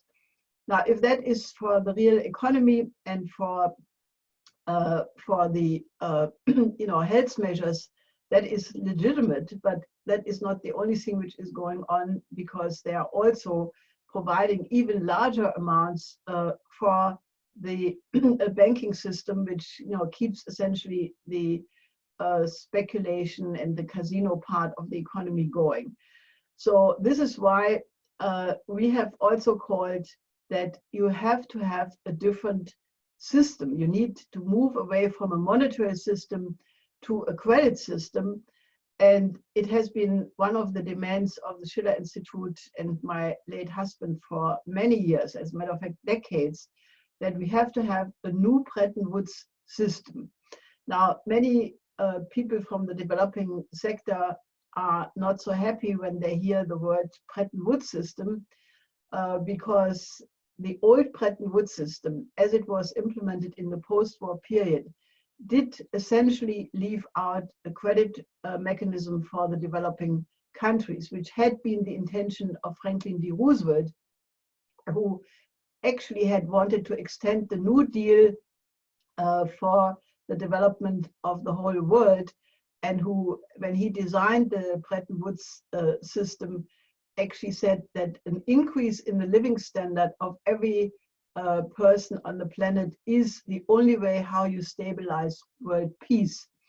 Now, that was his intention, but as people know, Roosevelt died at a very untimely moment, and then the actual composition of the Bretton Woods system was basically in the control of Churchill and Truman, and they left out that part which would have provided a development, a credit mechanism for the development of the developing countries. Now, the new Bretton Woods system, which has to be put on the agenda now, has to reconnect to that demand of Franklin D. Roosevelt, and especially as it was designed and developed further by Lyndon LaRouche.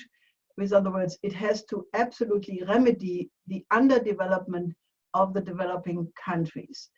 Now, how to get to this new Bretton Woods system? Well, unfortunately, it is clear from the way how the existing institutions have reacted so far that even if the G20 would be normally the organization to put such a change on the table, they have so far not shown any intention to do so. I think that therefore we need a different approach. This is also something which my husband had already demanded in 2007, that you have to have the combination of the four most powerful countries in the world, namely the United States, Russia, China, and India, who have to form an alliance to basically put such a new system through, and other countries then can join. This is also, in a certain sense, mirrored by a demand by President Putin, who in January called for a summit of the permanent 5 countries of the UN Security Council, which was, reflecting a similar idea that we have reached a point in the history of humankind where you have to seriously establish principles which will guarantee the long-time survivability of our human species. Now, such a proposal can absolutely work if the four powers, which emphatically has to include the United States.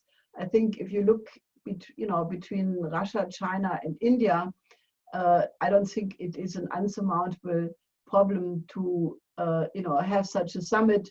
The BRICS countries are working together. There are many other initiatives which make it relatively easy, but it is emphatically the case that we have to get the United States in such an alliance.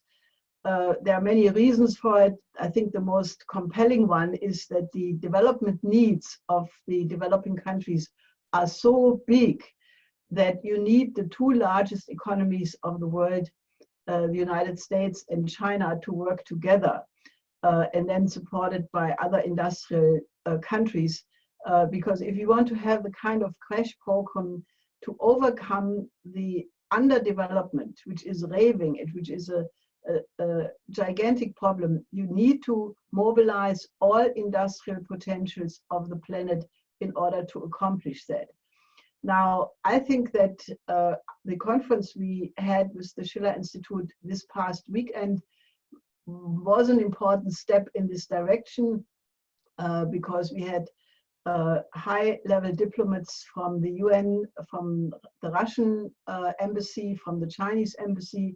We had a lot of important American speakers. We had other international speakers, and there was a very high-level discussion that is exactly what is needed. And if you go on the website of the Russian UN mission, you find the reference to this Schiller Institute conference.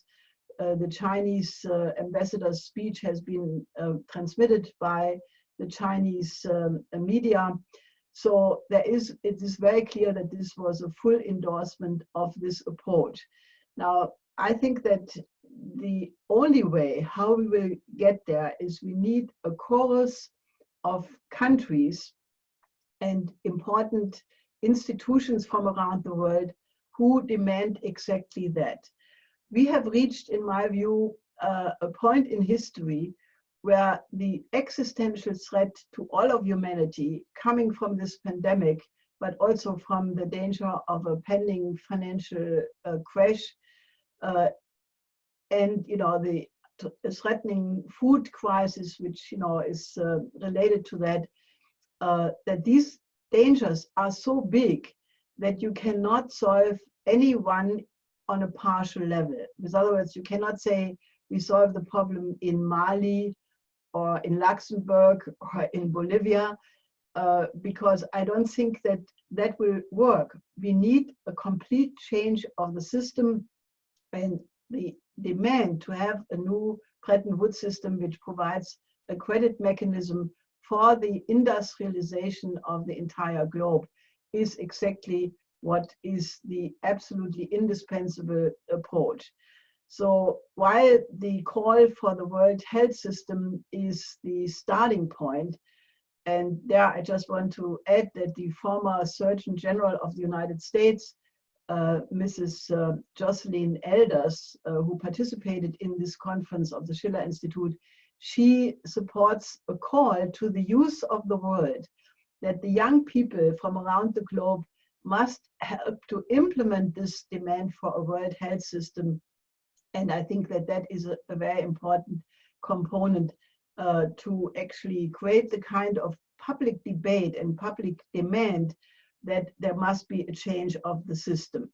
So while that may sound like a big order, we have been working on this for 50 years. So, I have thought about it, and I know that many people in our organization are doing so. We have reached the point where we need the big change, and that is what I want to say. Thank you very much, Helga. This was really inspiring. I think this is the right spirit which everybody should carry, especially the policymakers and the people who are active around the world, because this is what exactly is needed. So thank you very much. We will go to our next speaker, Mr. Tore Vestby from Norway. He is a former member of parliament and also the co-founder of the Ichi Foundation, a Norwegian-Chinese collaboration for people to people, but also especially youth exchanges. So please, Tore, go ahead. Thank you. Thank you very much for the introduction. Excellencies, distinguished speakers, and honorable viewers. I've been asked to give some observations from the neighboring country of Sweden, and I will be happy to do that. As you probably know, Norway and Sweden has taken different paths in how to fight the coronavirus. So I guess there will be a lot of, it is a lot of discussions going on now, who has done the right thing. But let me tell at this early stage that we don't really know the answers to this, but it is an interesting thing, if you can put the word interesting into this tragedy. I would like to start with a quote from our foreign minister. She said in the early of February this year at a security conference hosted by the Norwegian Atlantic Committee, and the theme was the Chinese challenge. She said that China is an indispensable partner. And I'm very happy for that, because if you look to the media in Norway, and it's probably not only in Norway, but in general in the West, there is not much about the good help that is coming now from China. They don't talk so much about that. So, and not even the government, but I'm happy for this statement coming from the government. It is about, balancing things. So we will see how this approach. So I put this as a platform for the good work in the future. So let me give you some brief observations that the situation in Norway and how it is now. Well, we went to an early lockdown. We did that March 12. And the government, they came up with economical packages immediately to the companies involved and also to the employees involved. The government and the health authorities have been given consistent information throughout this 6-7 weeks. They are having a daily press conference together. And that I tell you, that is not in that Hollywood style we have seen from some other country. And this has also shown that there has been an extremely good cooperation between the health authorities and the government and the unions and the employees organization. We have a special 3-party cooperation in Norway that makes things very steady. And as long as we are having a government, a minority government, the government has to go to the parliament with their decisions. And there has also been an extremely good cooperation between the government and the parliament. And also within the parliament, with the 9 parties we are having there, all the decisions that has been needed, and a lot of them, and some of them is about giving power to the government from the parliament because they need to do quick decisions. It has been anonymous. Norway is a country for the individuals, personal rights. But we have moved from me to we, from personal to community. The importance of protecting others, and by that you are protecting yourself, has been understood and accepted. As a matter of fact, we had a poll how people are, if they know the advice is coming from the authorities, and the 3 key things that has been put forward to the people how to behave, it got 100% rating. Our Prime Minister, Ms. Anna Solberg, she has been the lead person in this. And that was announced by, she was taken into CNN actually, at the Amanpour program. And she said in that interview 3 weeks ago that global problems has to be solved by global solutions. Verbally and financially, we are supporting the WHO. The university hospital in Oslo has been picked by the WHO to do a user research how to treat it. 47 countries are involved and it's headed from Norway. We have sent a health team to Italy, to Lombardia 3 weeks ago. They came back yesterday. They are all healthy and they did a brilliant job. Then we have the organization shortened for called CEPI, the Coalition of Epidemic Preparedness Innovations. It was an innovation taken by Norway in 2015, and in 2017 we founded this body together with Germany, the UK, EU, Japan, and the US. And also the Gates Foundation is in this. And this is strongly supported or partly a part of the WHO. And as they say, they prioritize a blueprint of diseases like MERS, SARS, Ebola, various fevers, and the COVID viruses, of course. And their mission is to accelerate the development of vaccines against emerging infectious diseases and enable equitable access to these vaccines for people during outbreaks. Last year, India joined, and hopefully China will join this year. So in practical terms, when the outbreak came in Wuhan, Norway were first engaged by trying to collect and send PPE to China. There were several organizations where the combination of the people was Chinese living in Norway and Norwegians trying to buy up and sell things to China. Actually, that was probably PPE things that had been produced in China. So there were several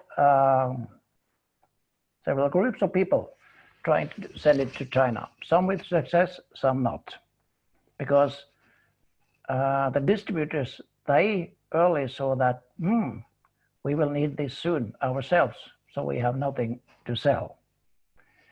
Then this was turned around, and then the pandemic came to us.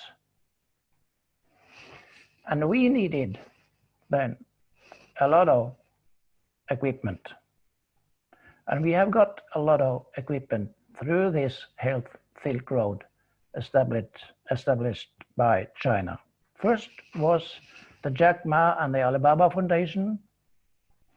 Several full-loaded airplanes came in as a gift. We wanted to pay for that. That was not possible. So instead, we routed the money to the WHO. We have got lots of equipment from the Hunan province. It is a gift to Norway and to the hospital procurement office. So all that equipment goes out to the hospitals. We have also got aid sent from Shanghai to Oslo city. The city of Oslo is a sister city to Shanghai. And we have also, the city of Oslo also got 50,000 masks from the Huawei company. We are really happy for that. And there have also been other non-governmental shipments from various groups, and with combination of people, Chinese people living in Norway and Norwegians who have contacts with Chinese friends in China. Our foundation has also been partially involved in this. We tried first to find equipment in Norway to send. We didn't finalize that. We didn't get any. A couple of weeks ago, we were asked by a board member of our foundation who was involved in the packages coming from Norway and actually was helping out with some lockups to the city of Oslo to open that, to write a letter to Alibaba Foundation saying that we have contacts in Norway, because Norway, we have a lot of organizations doing aid to a big part of the world. And maybe it will be useful for Alibaba to use some of these contacts in their future help. So a letter has been sent to Alibaba. Then I would like to mention a fantastic platform that China is offering all the world. It's called WeDoctor. WeDoctor Global Consultation and Prevention Center. This is an internet-based medical company coming out of Hangzhou, and they're using this technology to help anybody all over the world. There are free consultations, English-speaking doctors, and there's a manual for epidemic prevention and even psychological assistance, and also a TCM, Chinese traditional medicine, guidance. It was launched in the mid of March, starting with approximately 6,000 doctors, 6,000 English-speaking doctors. Mr. Westby, can we consider the limit of time? Thank you. All right, okay. So I would like to urge you to go to, you just Google WeDoctor, and there's a lot of help to find there. So finally, as Ambassador Gui said, the virus do not know any borders. Do not ask for any passport, your skin color, your last paycheck, your faith, or they don't even ask which football team you support. So when times get tough, it is important to pull together. The boat and the ocean metaphor are often used. So it is very important now in this stormy weather that we pull together, because we are all in the same boat and we are dependent on how we work together. On a personal level, but you might also say on the country level, prestige and lockups have to be thrown overboard. We in Nietzsche Foundation, we think that the WHO and the Health Silk Road are two concepts that are so important, and they need any support that is possible for the best of mankind. And I also thank BRICS for making this webinar possible. Thank you, and stay well. Thank you very much, Ture. This was really fascinating. I think the Norwegian people can be proud of themselves, because both being patriots, but also being world citizens at the same time. We now go to our next speaker from Italy, which was the first G7 country which joined the Belton Road initiative. Mr. Michele De Gasperi, he is the director of the One Belt, One Road Institute in Italy, with a very long experience both in the economy of Italy, but also cooperation with China. We are very happy to have you with us here. Italy is one of the hard-hit countries, but we have seen a lot of courage and great spirit. So please go ahead and let us know what your thoughts. Thank you, Chair, and hello to everyone. I try to share one PPT. Please, Chair, if you can, to give me the opportunity. Okay, it's my first time I share my video and try to.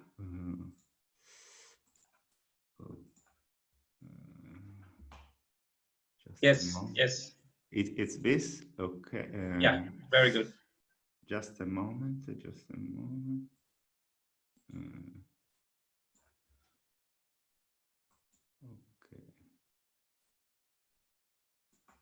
Okay, I try to be quickly because I understand the time is so limited, and it's very honor for me to participate in this important forum. And I have a very short introduction to our institute, just for better understand us. I have some suggestion for the health, birth, and the road. So we are established in 2017 after our president of the Republic go to China. And our mission is to network experience and the contribution of several Italian stakeholders involved in Belt and Road initiative. So we have a network with mainly institutions, universities, Chamber of Commerce, association, and research center. Our Chinese network is Institute Think Tank, through which is related to private companies, and the Institute of Consultancy and Support Services to governments, public administration, and companies aimed at really pursuit of commercial object in deal closing. It has a widespread organization with his main office in Rome and Beijing. We have 7 offices in Italy and China, and more than 100 network members. And we have some point of presence in other Belt and Road countries. And from 1 year ago, in 2019, we developed a One Belt One Road exhibition. Is our international event and our platform for Sino-Italian relationship and the Belt and Road relationship. And we share the knowledge with other countries, and we do some B2B and workshop and networking activities. Maybe this year we have some difficult, but the next year surely we continue our exhibition. Here I like to talking about our view for the Belt and Road program, because we think the New Silk Road program is a cultural program, is a program for integration and pacification. Because we think, first of all, the Belt and Road program is a program for the culture, because the culture promotes the knowledge of the people in integration and pacification. It's only with this assumption we also can to create the long-term economic program. And the experience of these last few months teach to us how many is important this point. Of course, our view is it's Italian view. We looking for opportunities and for cultural integration with Italian system and the other Belt and Road countries, but we working for Italy, of course. This is a sum of our number: 2 offices in Italy, Rome and Milano, 5 offices in China. We have around one network members, and we help the company for signing the contracts. 1 year ago, we directly signed around 4 million euros of contracts. Talking about COVID-19, in March 16, like Chair, you mentioned in your invitation, the Prime Minister Xi Jinping, the Chinese Prime Minister, said with a telephone conversation with the Italian Prime Minister Conte that China is ready to contribute in concert with Italy for develop the Silk Road of the Earth. So it's not just mask. China make a very sophisticated diplomatic system, we think. In evident Belt and Road style, China has promoted its international cooperation in 3 fronts, we think. The first one, an idea of society united by a single destiny. And this idea welcomes and increases a consensus of the part of the states and their political parties. Unlike Western ideas that if I win, you lose, and if I had so much, you are little, the Chinese idea that also animates the Belt and Road Initiative project is based on the concept of universal win or universal loss. Number two, many countries have highlighted shortage of basic medical device. Therefore, their ability to deal with the crisis is limited. We need to work together to help them and help each other. Hence, the proposal of the body similar to the Asia Infrastructure Investment Bank that contributes to the development of the health system in other countries and the creation of the necessary basic infrastructure. Number three, not only provide material aid, also exchange experience, like the professor from China a couple of minutes ago. China has a powerful manufacturing based and developed supply mechanism. Therefore, it's able to meet the world's need for medical device.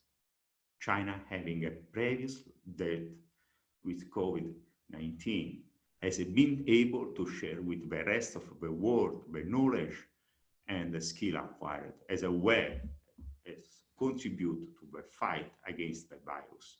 By following the One Belt, One Road model, we can then increase the chance of different states fighting the epidemic.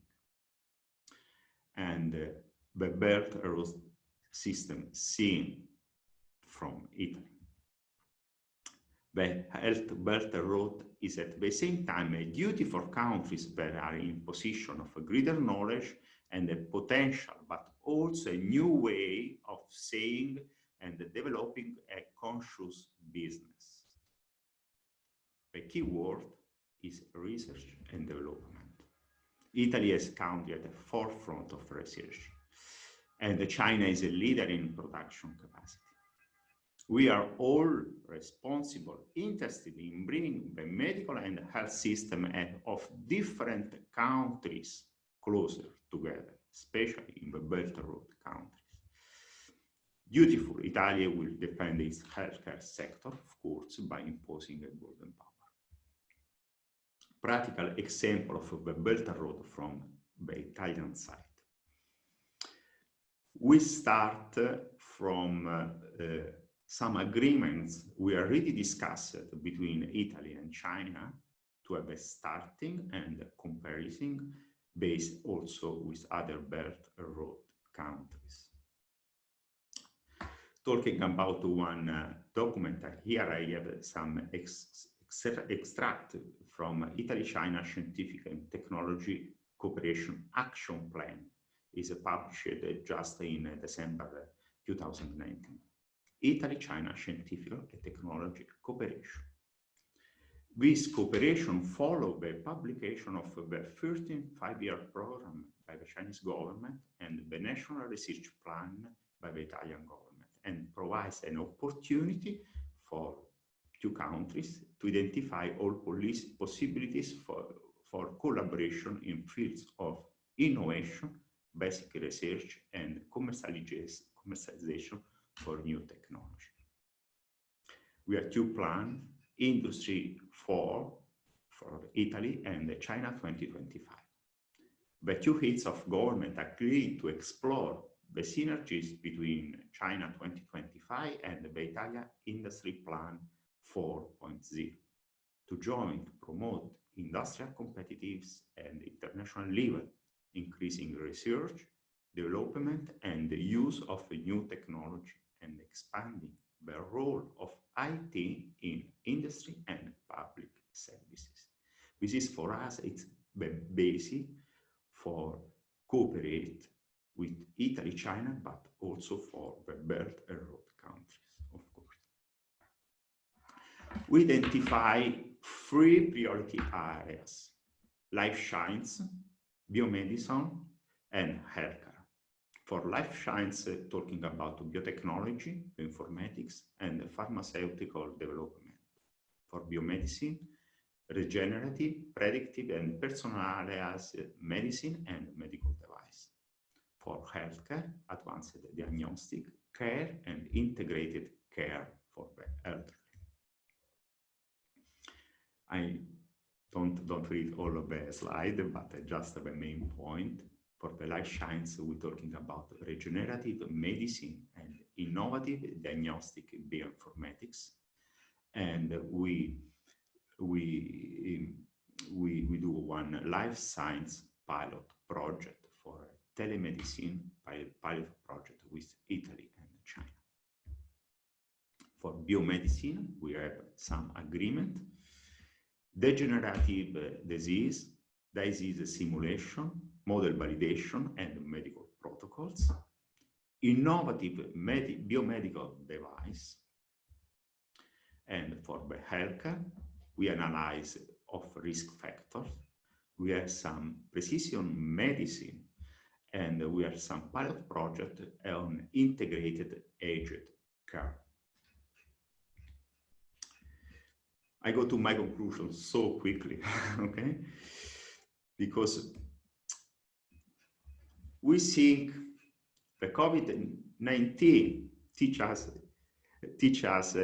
that globalized development needs to be proved, of course, but is at the same time essential. So I don't think all of the economics drama we are experiencing the fault of globalization. Economic dependence on others has been part of the human condition. Science, we stopped being farmers, hunters, and protectors at the same time and began to specialize because we understood that this was cheap. For example, the bank workers also eat meat and drink wine, but this does not mean they also have to raise animals and own vineyards to life. This means that if he loses his job, the butcher and the wine shop will also have problems. There is no difference between the nations. Italy, our Italy, for example, export quality food with others don't have. To import, for example, mobile phone and computers. When things are going well, the game is good for everyone. But if someone suffers, the price is paid by those who trade with him. This means that the problem is not in the globalized system, but is in the lack of capacity of some government and some national and supranational entities with financed with citizen money to manage. So they are fair, not the globalized system. This is our idea. So I thank everyone for the attention, and I invite you all to take a note for my contacts, and thank you. Thank you for everyone. Thank you very much, Mr. De Gasperis. This was really inspiring. Thank you very much for being with us. We now move to our next speaker from Pakistan, which was already represented by Mr. Irfan Ahmed from the Pakistani. As I said earlier, Pakistan is a major partner in the Belton Road initiative, with the China-Pakistan Economic Corridor being the most important project among all. Now we will welcome him. He's from the Center for Sustainable Studies, Sustainable Development Studies in Pakistan, but he can present himself, his work and the institution he's working for, and let us know his views. Thank you. Can you hear me? Yes.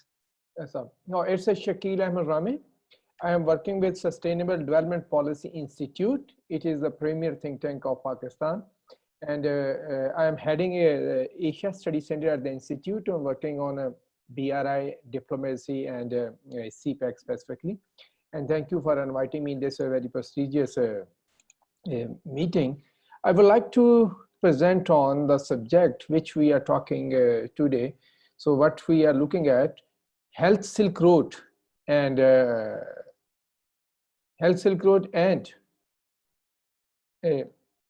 what would be the possible way forward. First of all, sorry, I cannot know how to do it. Otherwise, I want to present some presentation which I prepared. Use share screen button. Yes, and I did it. You should have your PowerPoint already open on your computer. Okay. Yeah. Before you do that. Yes. Can you go see to slideshow full screen? Yeah. Thank you, Hassan. Yeah. Perfect. I want to start with some information. As you know that, Hassan, a few days back we had a video conference on the subject, and you were one of the participants. We already have started the advocacy for health segment in CPAC, and we are talking to the relevant people here in Pakistan, to China Embassy and to China and other partners. So now coming back to the today's presentation, Health Silk Route, but the question is how? If we look at the bigger picture, we have to look at that issues which are being impacting the global structure, the issues which having some relevance for the global system. First of all, there are 3 diplomatic issues, and then there are 2 economic and social issues. Why I'm talking about these issues? Because what we have to design, if we want to take some new initiative or want to build some new cooperation mechanisms, we have to take care, or we have to also analyze that these issues to devising an instrument or some other area of the cooperation in the future. On the diplomatic side, so first of all, there's an anxiety at the global level. If you look at that, there is uneasiness among the countries. Some countries are criticizing each other. Some countries are doing some things, and nobody knows where to move forward. Second thing, there's some trust deficit. That trust issue is haunting now in the global level. So people are talking about, is some country is giving its point of view. Other countries are started to talk about, no, it's not a complete information. Data is missing, blah, blah, blah. So there's a trust deficit. And the third is division of the global community. The global community at this point of the time, they are severely divided. You can find even more than the Cold War. In the Cold War, maybe we were not that much divided. Right now, what we are seeing, even the division has been started to haunt at the regional level in the organization like European Union, like SAARC, like ASEAN. So it has started to haunt every forum, either it's a global or it's a regional. Then on the economic side, on economic and social side, the first time in the history, we are facing 2 problems.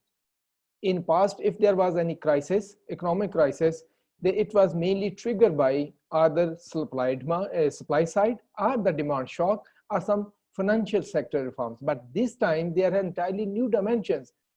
How we can say a new dimension? First of all, sorry, I think that slide has been missing. So I can give a brief on it. So there are 2 indicators. Number one, the closure of the economic activities. It never happened in the past. There was economic activities that going on if there was a recession, but now we are facing the closure of the business. We are facing the production facilities are getting closed. So there are a number of things that markets are being closed. So that is one dimension of the problem.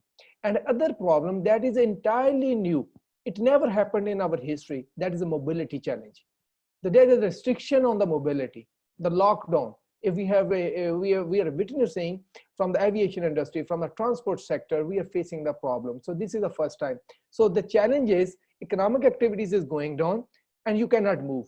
You cannot be mobile. So how to solve it? That will be a real challenge to the wisdom of the global leadership, how they steer it.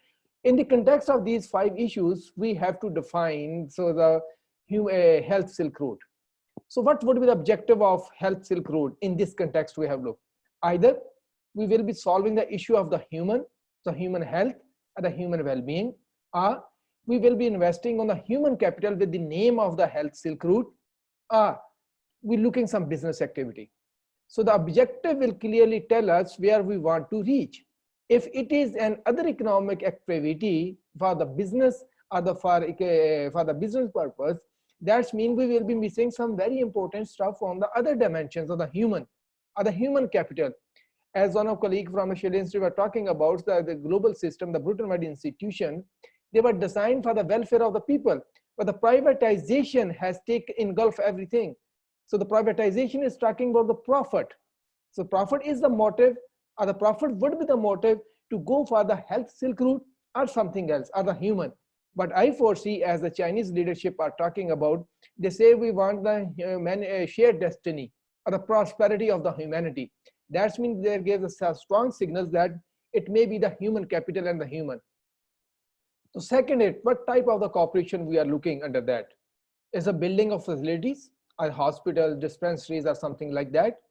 Or we are going to data sharing. So we have whatever data we have to share with each other.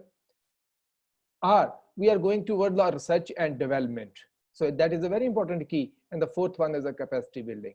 So we have to look through health silk route, what would be the types of the cooperation, which would be the focus. If there is only building of the facility, that will not serve the purpose. Maybe there will need much more on that. Maybe we need data sharing. Maybe we need sharing of the joint capacity building for the research and development. That would be the key in the future if we want to counter epidemics or the pandemics in coming years. And the last thing is the capacity building. So my last slide would be, what would be the mode?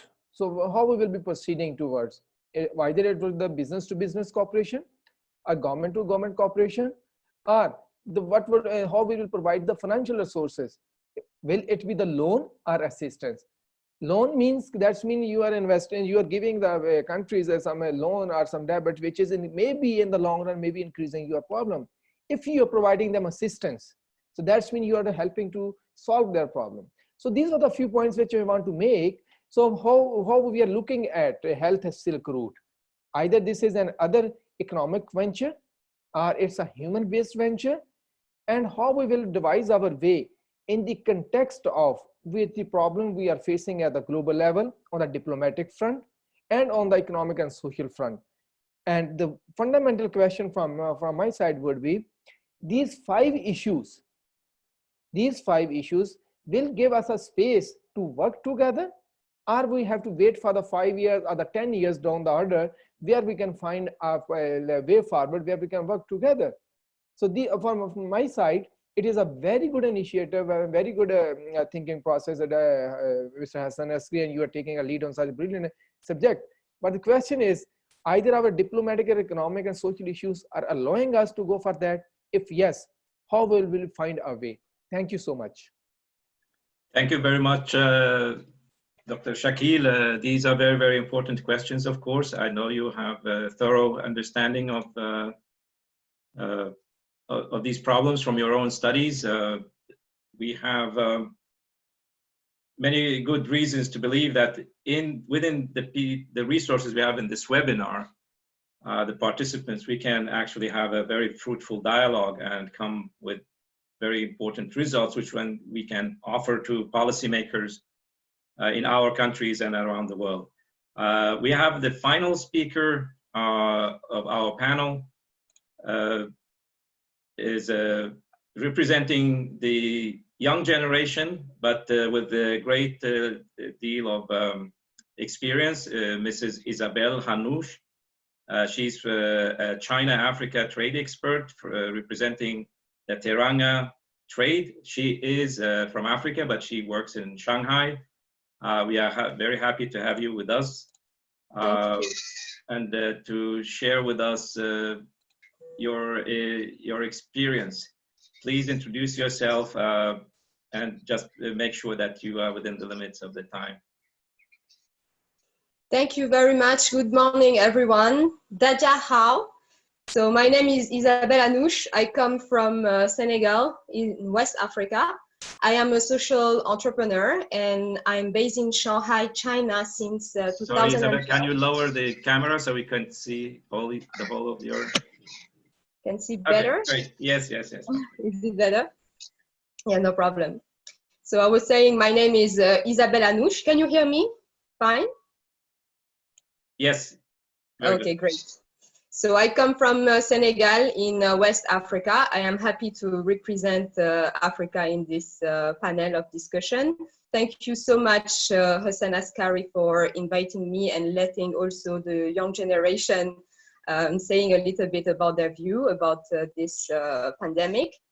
So I am a social entrepreneur and I'm based in Shanghai, China since 2012. I am the co-founder of Africa China by Teranga Valley. So this is a volunteer organization that we created end of 2018 because we realized that the young entrepreneurs in Shanghai, not only from Africa, from everywhere in the world, because Shanghai is such an international city, and we were all a bit in our little space trying to solve huge problems and just staying by ourselves. And one day I met one Senegalese, and he was in Shanghai like me since 7 years, and I never met him, and he had been through the same problems when you try to start a company when you are abroad, and that you have so many dreams that you want to link China and Africa. And we realized that if we have met before, we could could have been more smooth. So we decided that we will do something about that, and we created our events where we gather the entrepreneurs and the business people that are living in Shanghai around the ideas and different topics to help them to meet up in person and to grow projects together. So even if people are leaving Shanghai, they still get in contact, and we are also doing online events to keep it. So thanks to the Africa China events, I could meet with Mr. Hassan Askari, who told me about this great event, and we invited also our community that is in the public and that is watching this presentation. And we want to give this message of unity. We want people to work together because we have seen in our own experience how it has impacted lives in our community in Shanghai. And some of the entrepreneurs who are actively working with us has been locked down. For example, we had a speaker last week, Maria, who is in Italy. But we want to keep also thinking about the mental health, because health is also about keeping a good emotional stage. And we want to support people who are locked down and bringing to us amazing events, inspiring speakers to motivate each other to see also, as one of the speakers said, beyond this period, what will we do after? And we can prepare it now. We want people to cope with the uncertainty and all that is happening, also trying to understand what is happening. So it's very crucial for our community to be here today in this discussion to learn more and be more aware of what's happening and how we could contribute at our small scale. But I think no contribution is small. And at the moment, I am in Dakar, Senegal. It's my home country. And we had our first case of COVID-19 on March 2nd.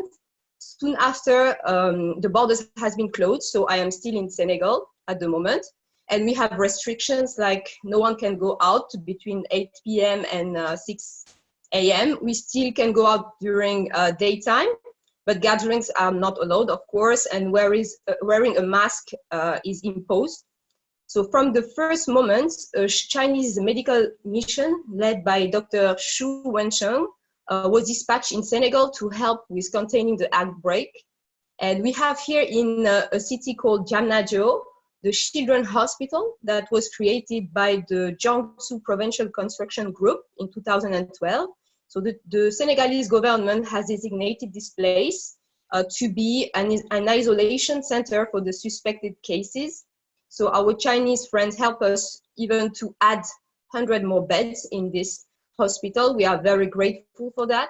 Senegal is also part of the bilateral cooperation between China and the health sector. In the health sector, Senegal has been the first West African country to be part of the Belt and Road Initiative. We are very proud of that. Chinese companies in Senegal and the local Chinese community is also helping, and they recently raised around 280 million not millions, sorry, 280,000 USD to help with the epidemic here. We have recently also received our second batch of material aids offered by the Chinese government.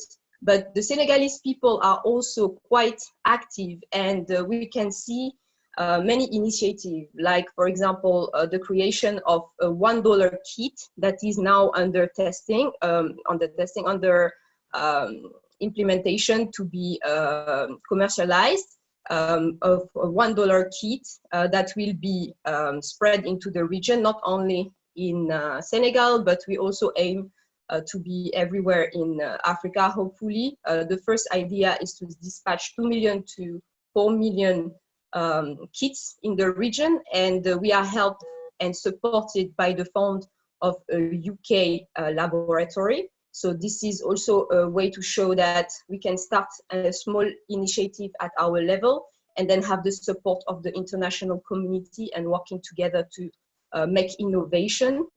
Senegalese has also created respirators with 3D printing devices. And now this is sold at 60 USD compared to the imported ones that are sold like 16,000 USD. So we have a lot of different initiatives, and I just wanted to share with you that even you think someone might think they are too small. I don't think any effort is too small, because all the efforts brought together can help to fight this epidemic, and it's a global problem, and it actually highlighted how we were all linked together, because we maybe did not realize that. And now we can see that what's happening in China is also impacting people in USA, is also impacting people in Africa.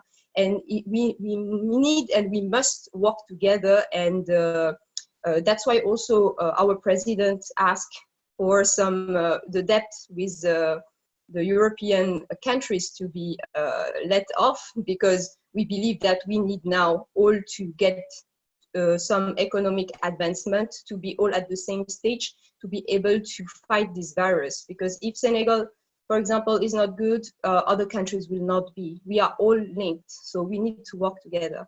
I don't want to take more time. I really thank you for the opportunity, and I would like to say thank you also for our community for joining today conversation, and thank you everyone for your inputs. It's a really gold mine of information for us, and we want really to do anything that we can do in our level.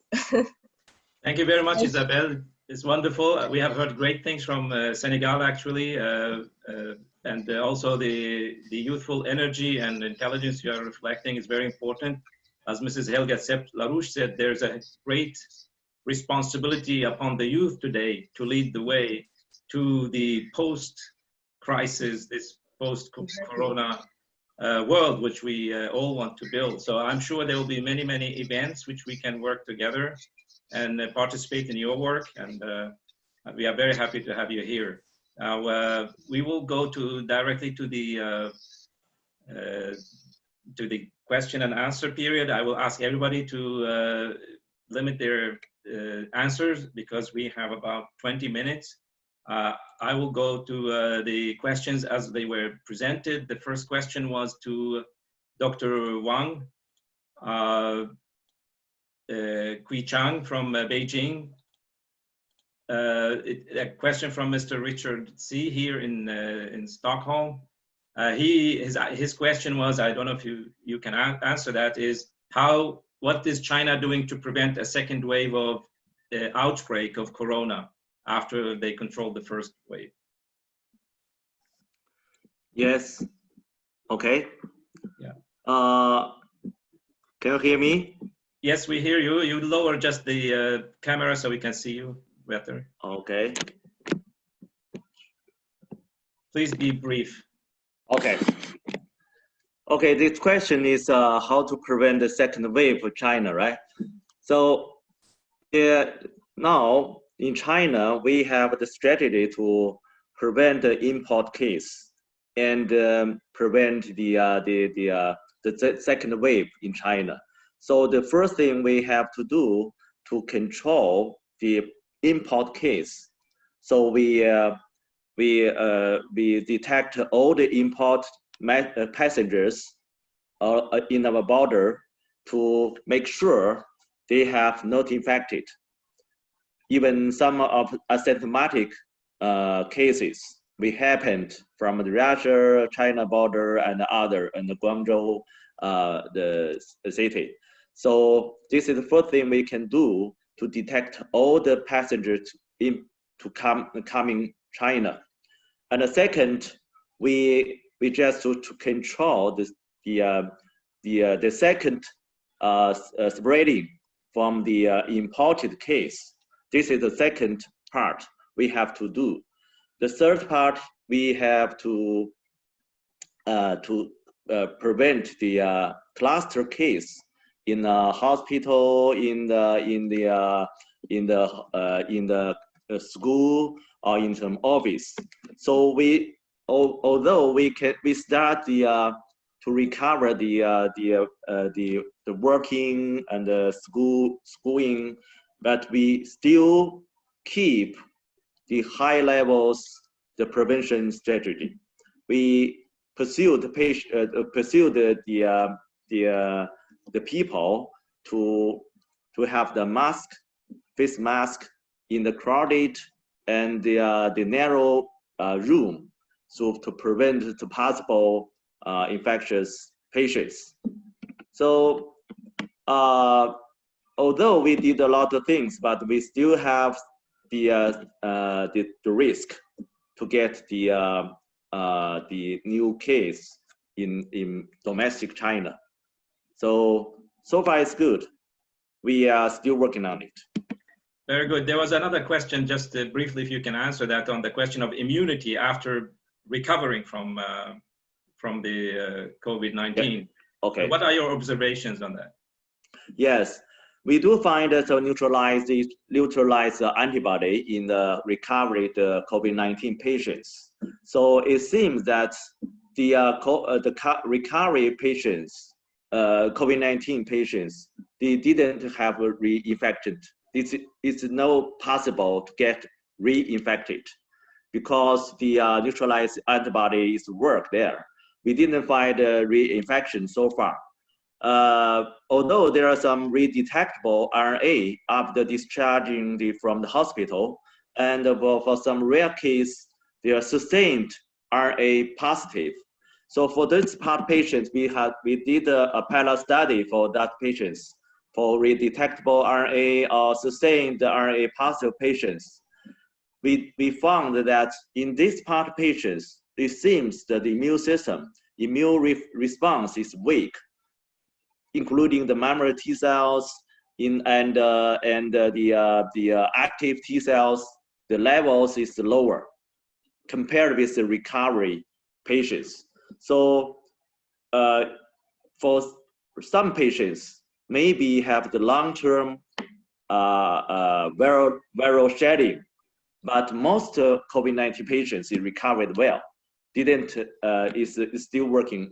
Is a better outcome. Yes. Thank you very much, Doctor. I really appreciate your contribution. I know it's getting late there in China, but I'm happy you are still with us. Please stay with us. Thank you. The next question is to Mrs. Helga Zepp-LaRouche from Deborah in Holland, Netherlands. She says, is it possible to bypass the political actors in the US and work directly with the institutional leadership? This could also minimize the negative aspects of the current president and amplify the productive collaboration within some US institutions and some corporations. Thank you. I think that there are many groups in the United States who are absolutely aware that you need to have a fundamental change in the system. For example, at our recent Schiller conference, we had 6 national farm leaders who all expressed an absolute anxiety that the US farm sector is collapsing and that they feel a complete responsibility in light of the fact that there is a food crisis and food shortage in Africa and elsewhere. So they're willing to link up with farmers around the world, but also, you know, to take a broader issue. And I think this is really, I mean, if you look at the world as a whole, you have many groups of people who are desperate, you know, people who are day workers who just live from their salary of that day. Then others, you know, who are losing their small business. The health workers who are not equipped with necessary materials.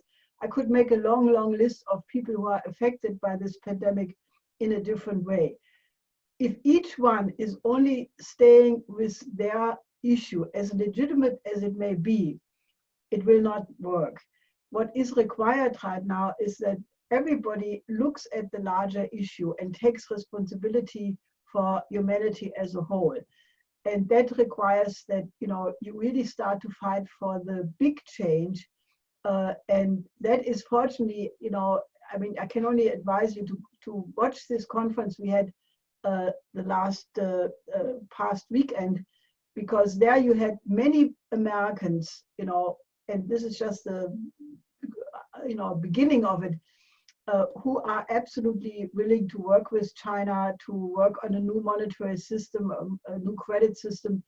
And I think that we have to use the internet, you know, which is now, in a certain sense, made it impossible to have a physical conference. But on the other side, it opens up also incredible possibilities to have this kind of dialogue and link people together all over the world.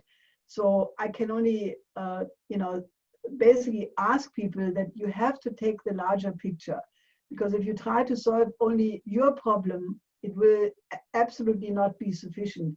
But we have to have a change of the entire system right now.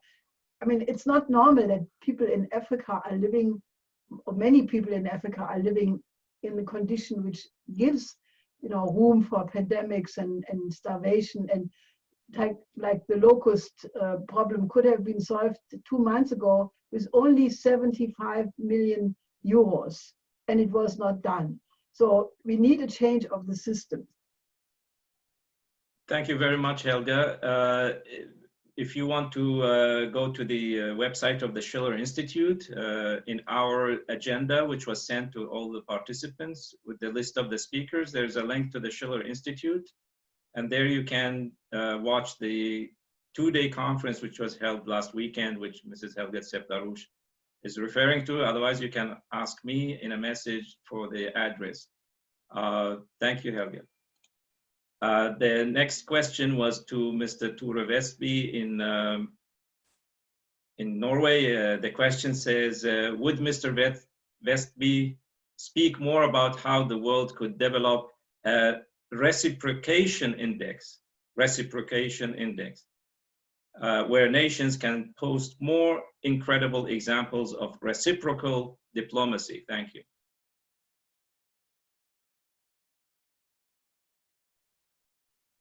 Is the question clear?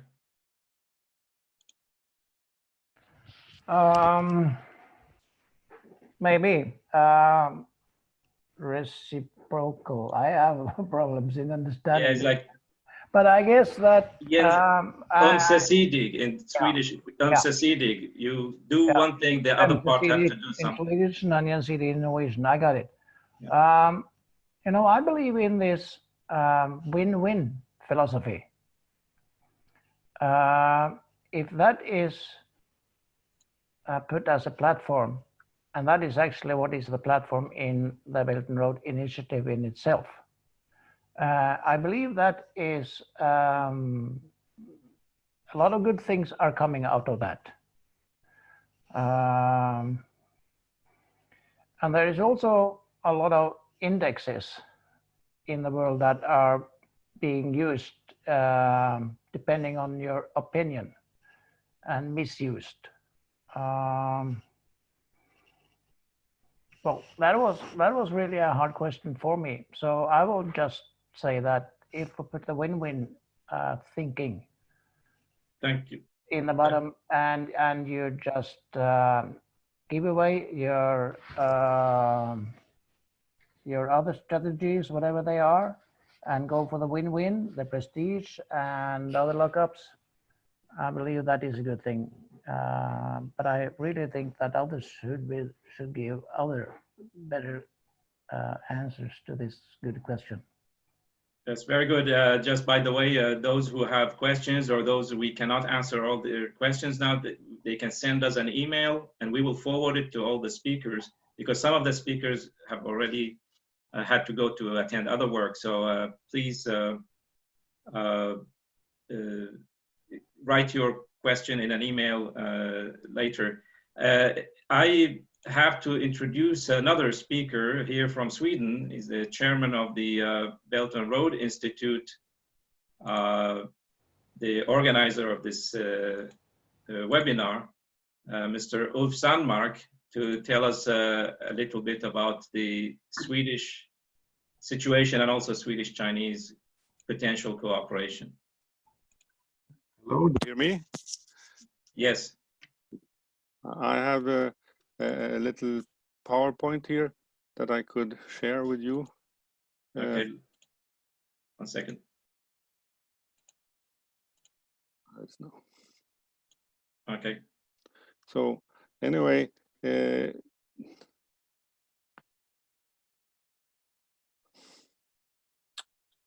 we go. So we have received from China several cargo planes now, and the first one was April 1st with a very special cargo. There was other cargos with absolutely needed equipment for protective gear, and that saved the Easter for the whole region of Stockholm. But the one I want to just point to is this cargo plane that came 1st of April with robots for automated analysis of SARS-CoV-2. So this is a plane that came here, and it was part of the absolute model cooperation you could think of between China and Sweden.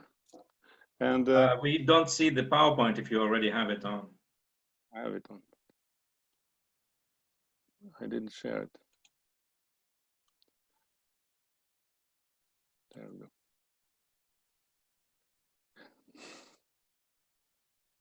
I will cut this a bit short because okay. we are, but now I'm trying to share it. Yes, here we go. Do you see it now? Yes. Anyway, this cargo plane brought robots for automated analysis, and it's how do I go to next slide? Pilen ner kanske. Yeah, there we go. So what's going on? This was a cooperation with Shenzhen and Karolinska Institute Lifeblood, and this has been going on since more than 1 year, 1.5 years. And this is because of this old cooperation. They were able to continue this and bring the most advanced research and development diagnostic systems and testing systems to Sweden. And this is now being brought into the fight here against coronavirus. It was enabled by the Wallenberg Foundation, and it will be expanded testing to 5,000 tests per day. This is absolutely model, because if you look to what is needed for the corona fight, we had a study done. It was a study done by the Schiller Institute called LaRouche-Apollo mission to defeat the global pandemic. You have the link down there, and it shows that the world today has 18 million hospital beds. If we should have a world health system that can protect the population with modern standards, we would need 35 million hospital beds. And that means we need 35,000 more hospitals. We have ventilators today in the United States, 150,000. I mean, this was before the statistics is of course a bit old now. because they've been producing a lot. And in Liberia, there was none. We will need for the world, with EU standards, 4 million ventilators. So is this possible? Well, this is the idea of the whole Health Silk Road and the Belt and Road Initiative to use the system of leapfrogging. It is the only possibility to solve these problems, is to do innovations. And this is in the center of the Belt and Road Initiative. And this is to mobilize the human potential. And this was the center already in China for the huge industrialization effort they did over the last years, lifting the population out of poverty. We had such a mobilization now starting up here from Sweden also. We have industries like Getinge ventilators expanding production from 10,000 last year to 160,000 first, and then to 26,000 this year. So they are expanding tremendously with the perspective not only to produce for Sweden, but to continue, because this will be a long fight. And we will see that this is not just something that is for the home market or so. When the home market is already fixed, we have to look out and see what we can do for the world.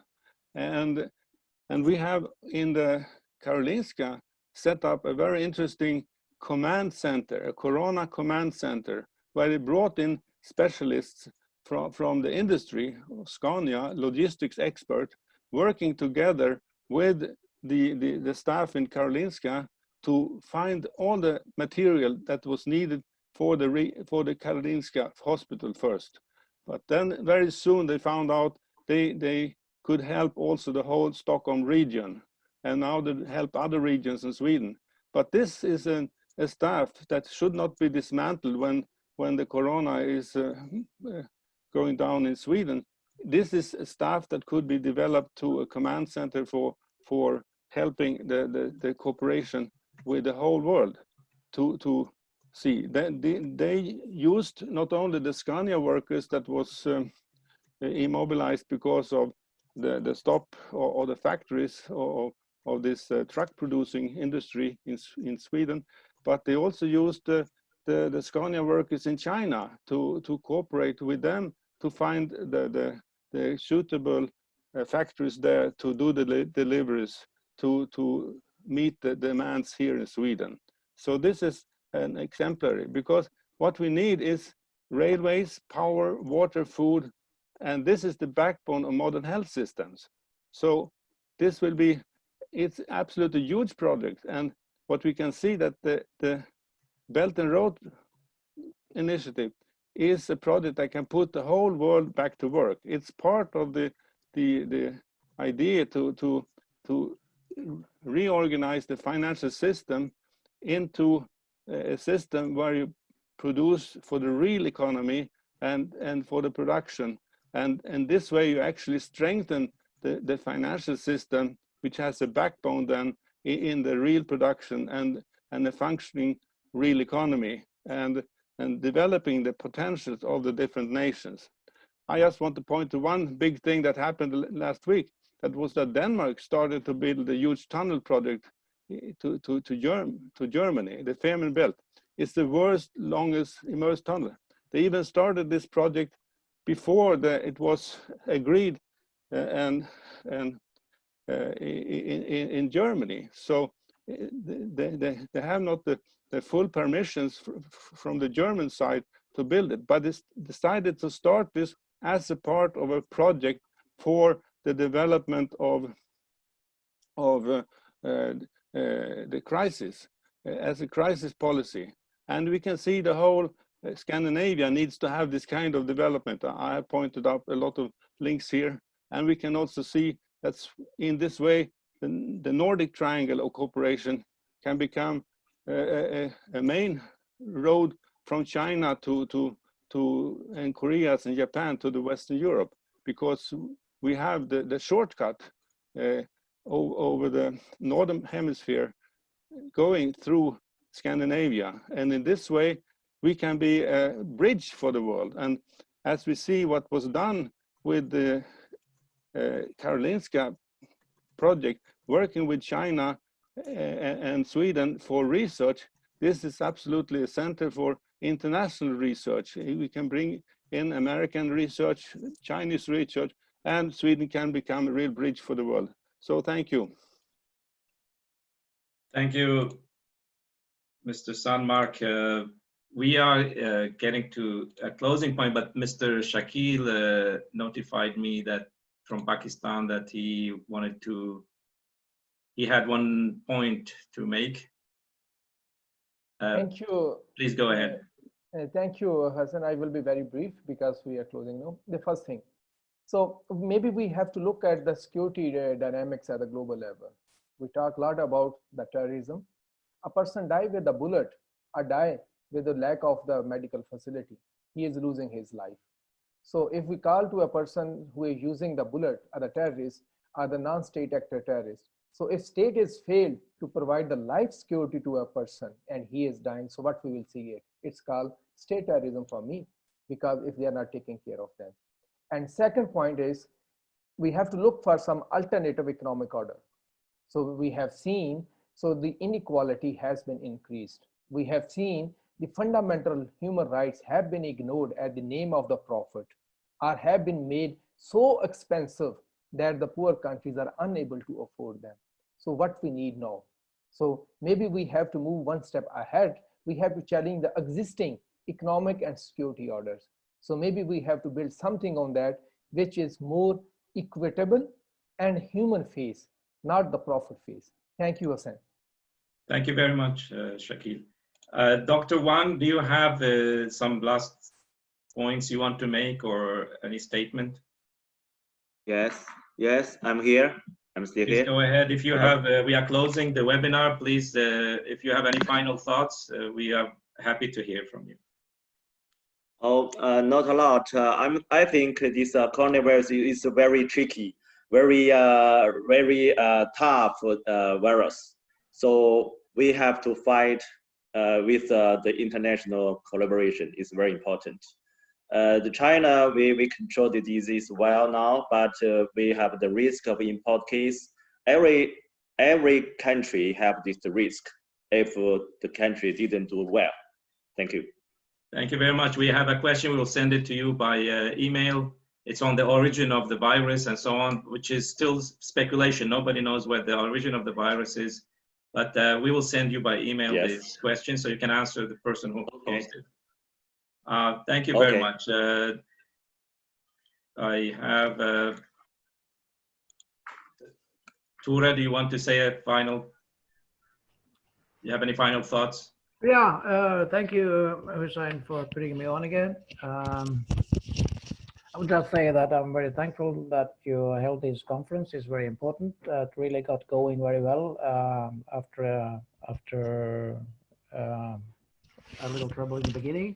So I'm very grateful to you all on this. But I'm thinking I was taken a little bit by surprise by the question from Deborah in the Netherlands.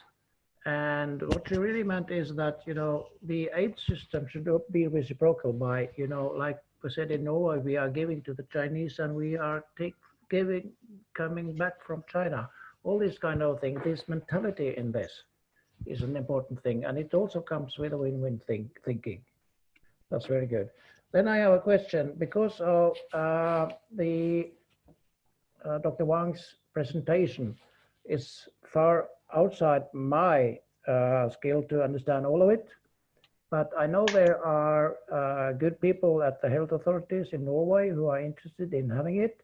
So my question is it possible to get that presentation and even the last presentation and all the presentations, will that be available for us? Oh, sorry, I didn't follow your question. Yeah, Mr. Betsby is asking if your presentation will be available to us, and we can give it to people working in the healthcare system. I myself know there are a few virologists here in Sweden who could not attend. They were very interested in your work. So we can give them your email. Is that okay? Okay, sure. Yeah. We can contact with each other with yes. Healthcare, staffs in your country. Yeah, yes. Sure. Very good. Thank you very I'm much. happy. Okay. Okay, I think we can give the last word, unless Isabel wants to say something.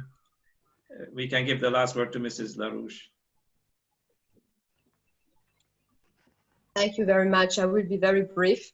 I wanted just to say that this situation highlighted how weak the health system is around the world, not only for the least developed countries, also for the most developed countries who also struggle to handle this pandemic.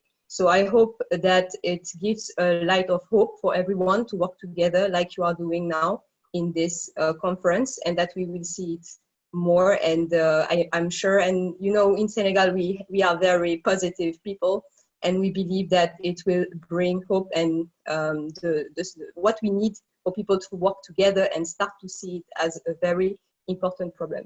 That's the base. Health is the base of development. Thank you very much. Thank you very much. Helga, do you have any final thoughts, please? But I think that the demand that every country has the absolute right to have a top standard health system is an idea which will become more obvious as the pandemic will grow and become, more infectious in many countries.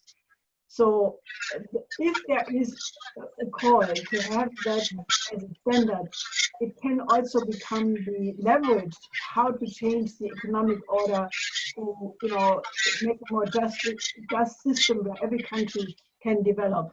Now, we will have an important step further in the mobilization for such a world health system, and that is a call of international young people from all continents on May 9th. Because I think the young people can really be the catalyzer to bring this change about. And if we carry this message in all the universities and schools and other places where young people are, I think we can have a world youth movement for a just health system and also a just new world economic order. So I want to invite all of you who feel young to be part of that call on May 9th. Thank you very much, Helga, and all the others. We'll make sure that everybody gets the information on that, especially Isabel, you heard that. You are welcome to join the youth group. I would like to... Very happy. Thank you for the invitation. We will be here and we will invite also our community. Thank you. Thank you.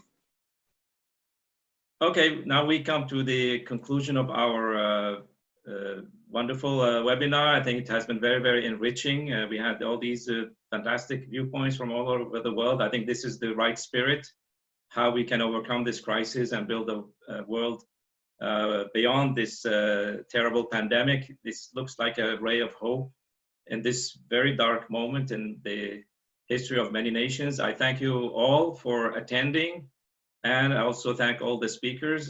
This has been a very enriching and great event. Thank you very much, and hope to see you again. Stay safe and take care. Bye-bye.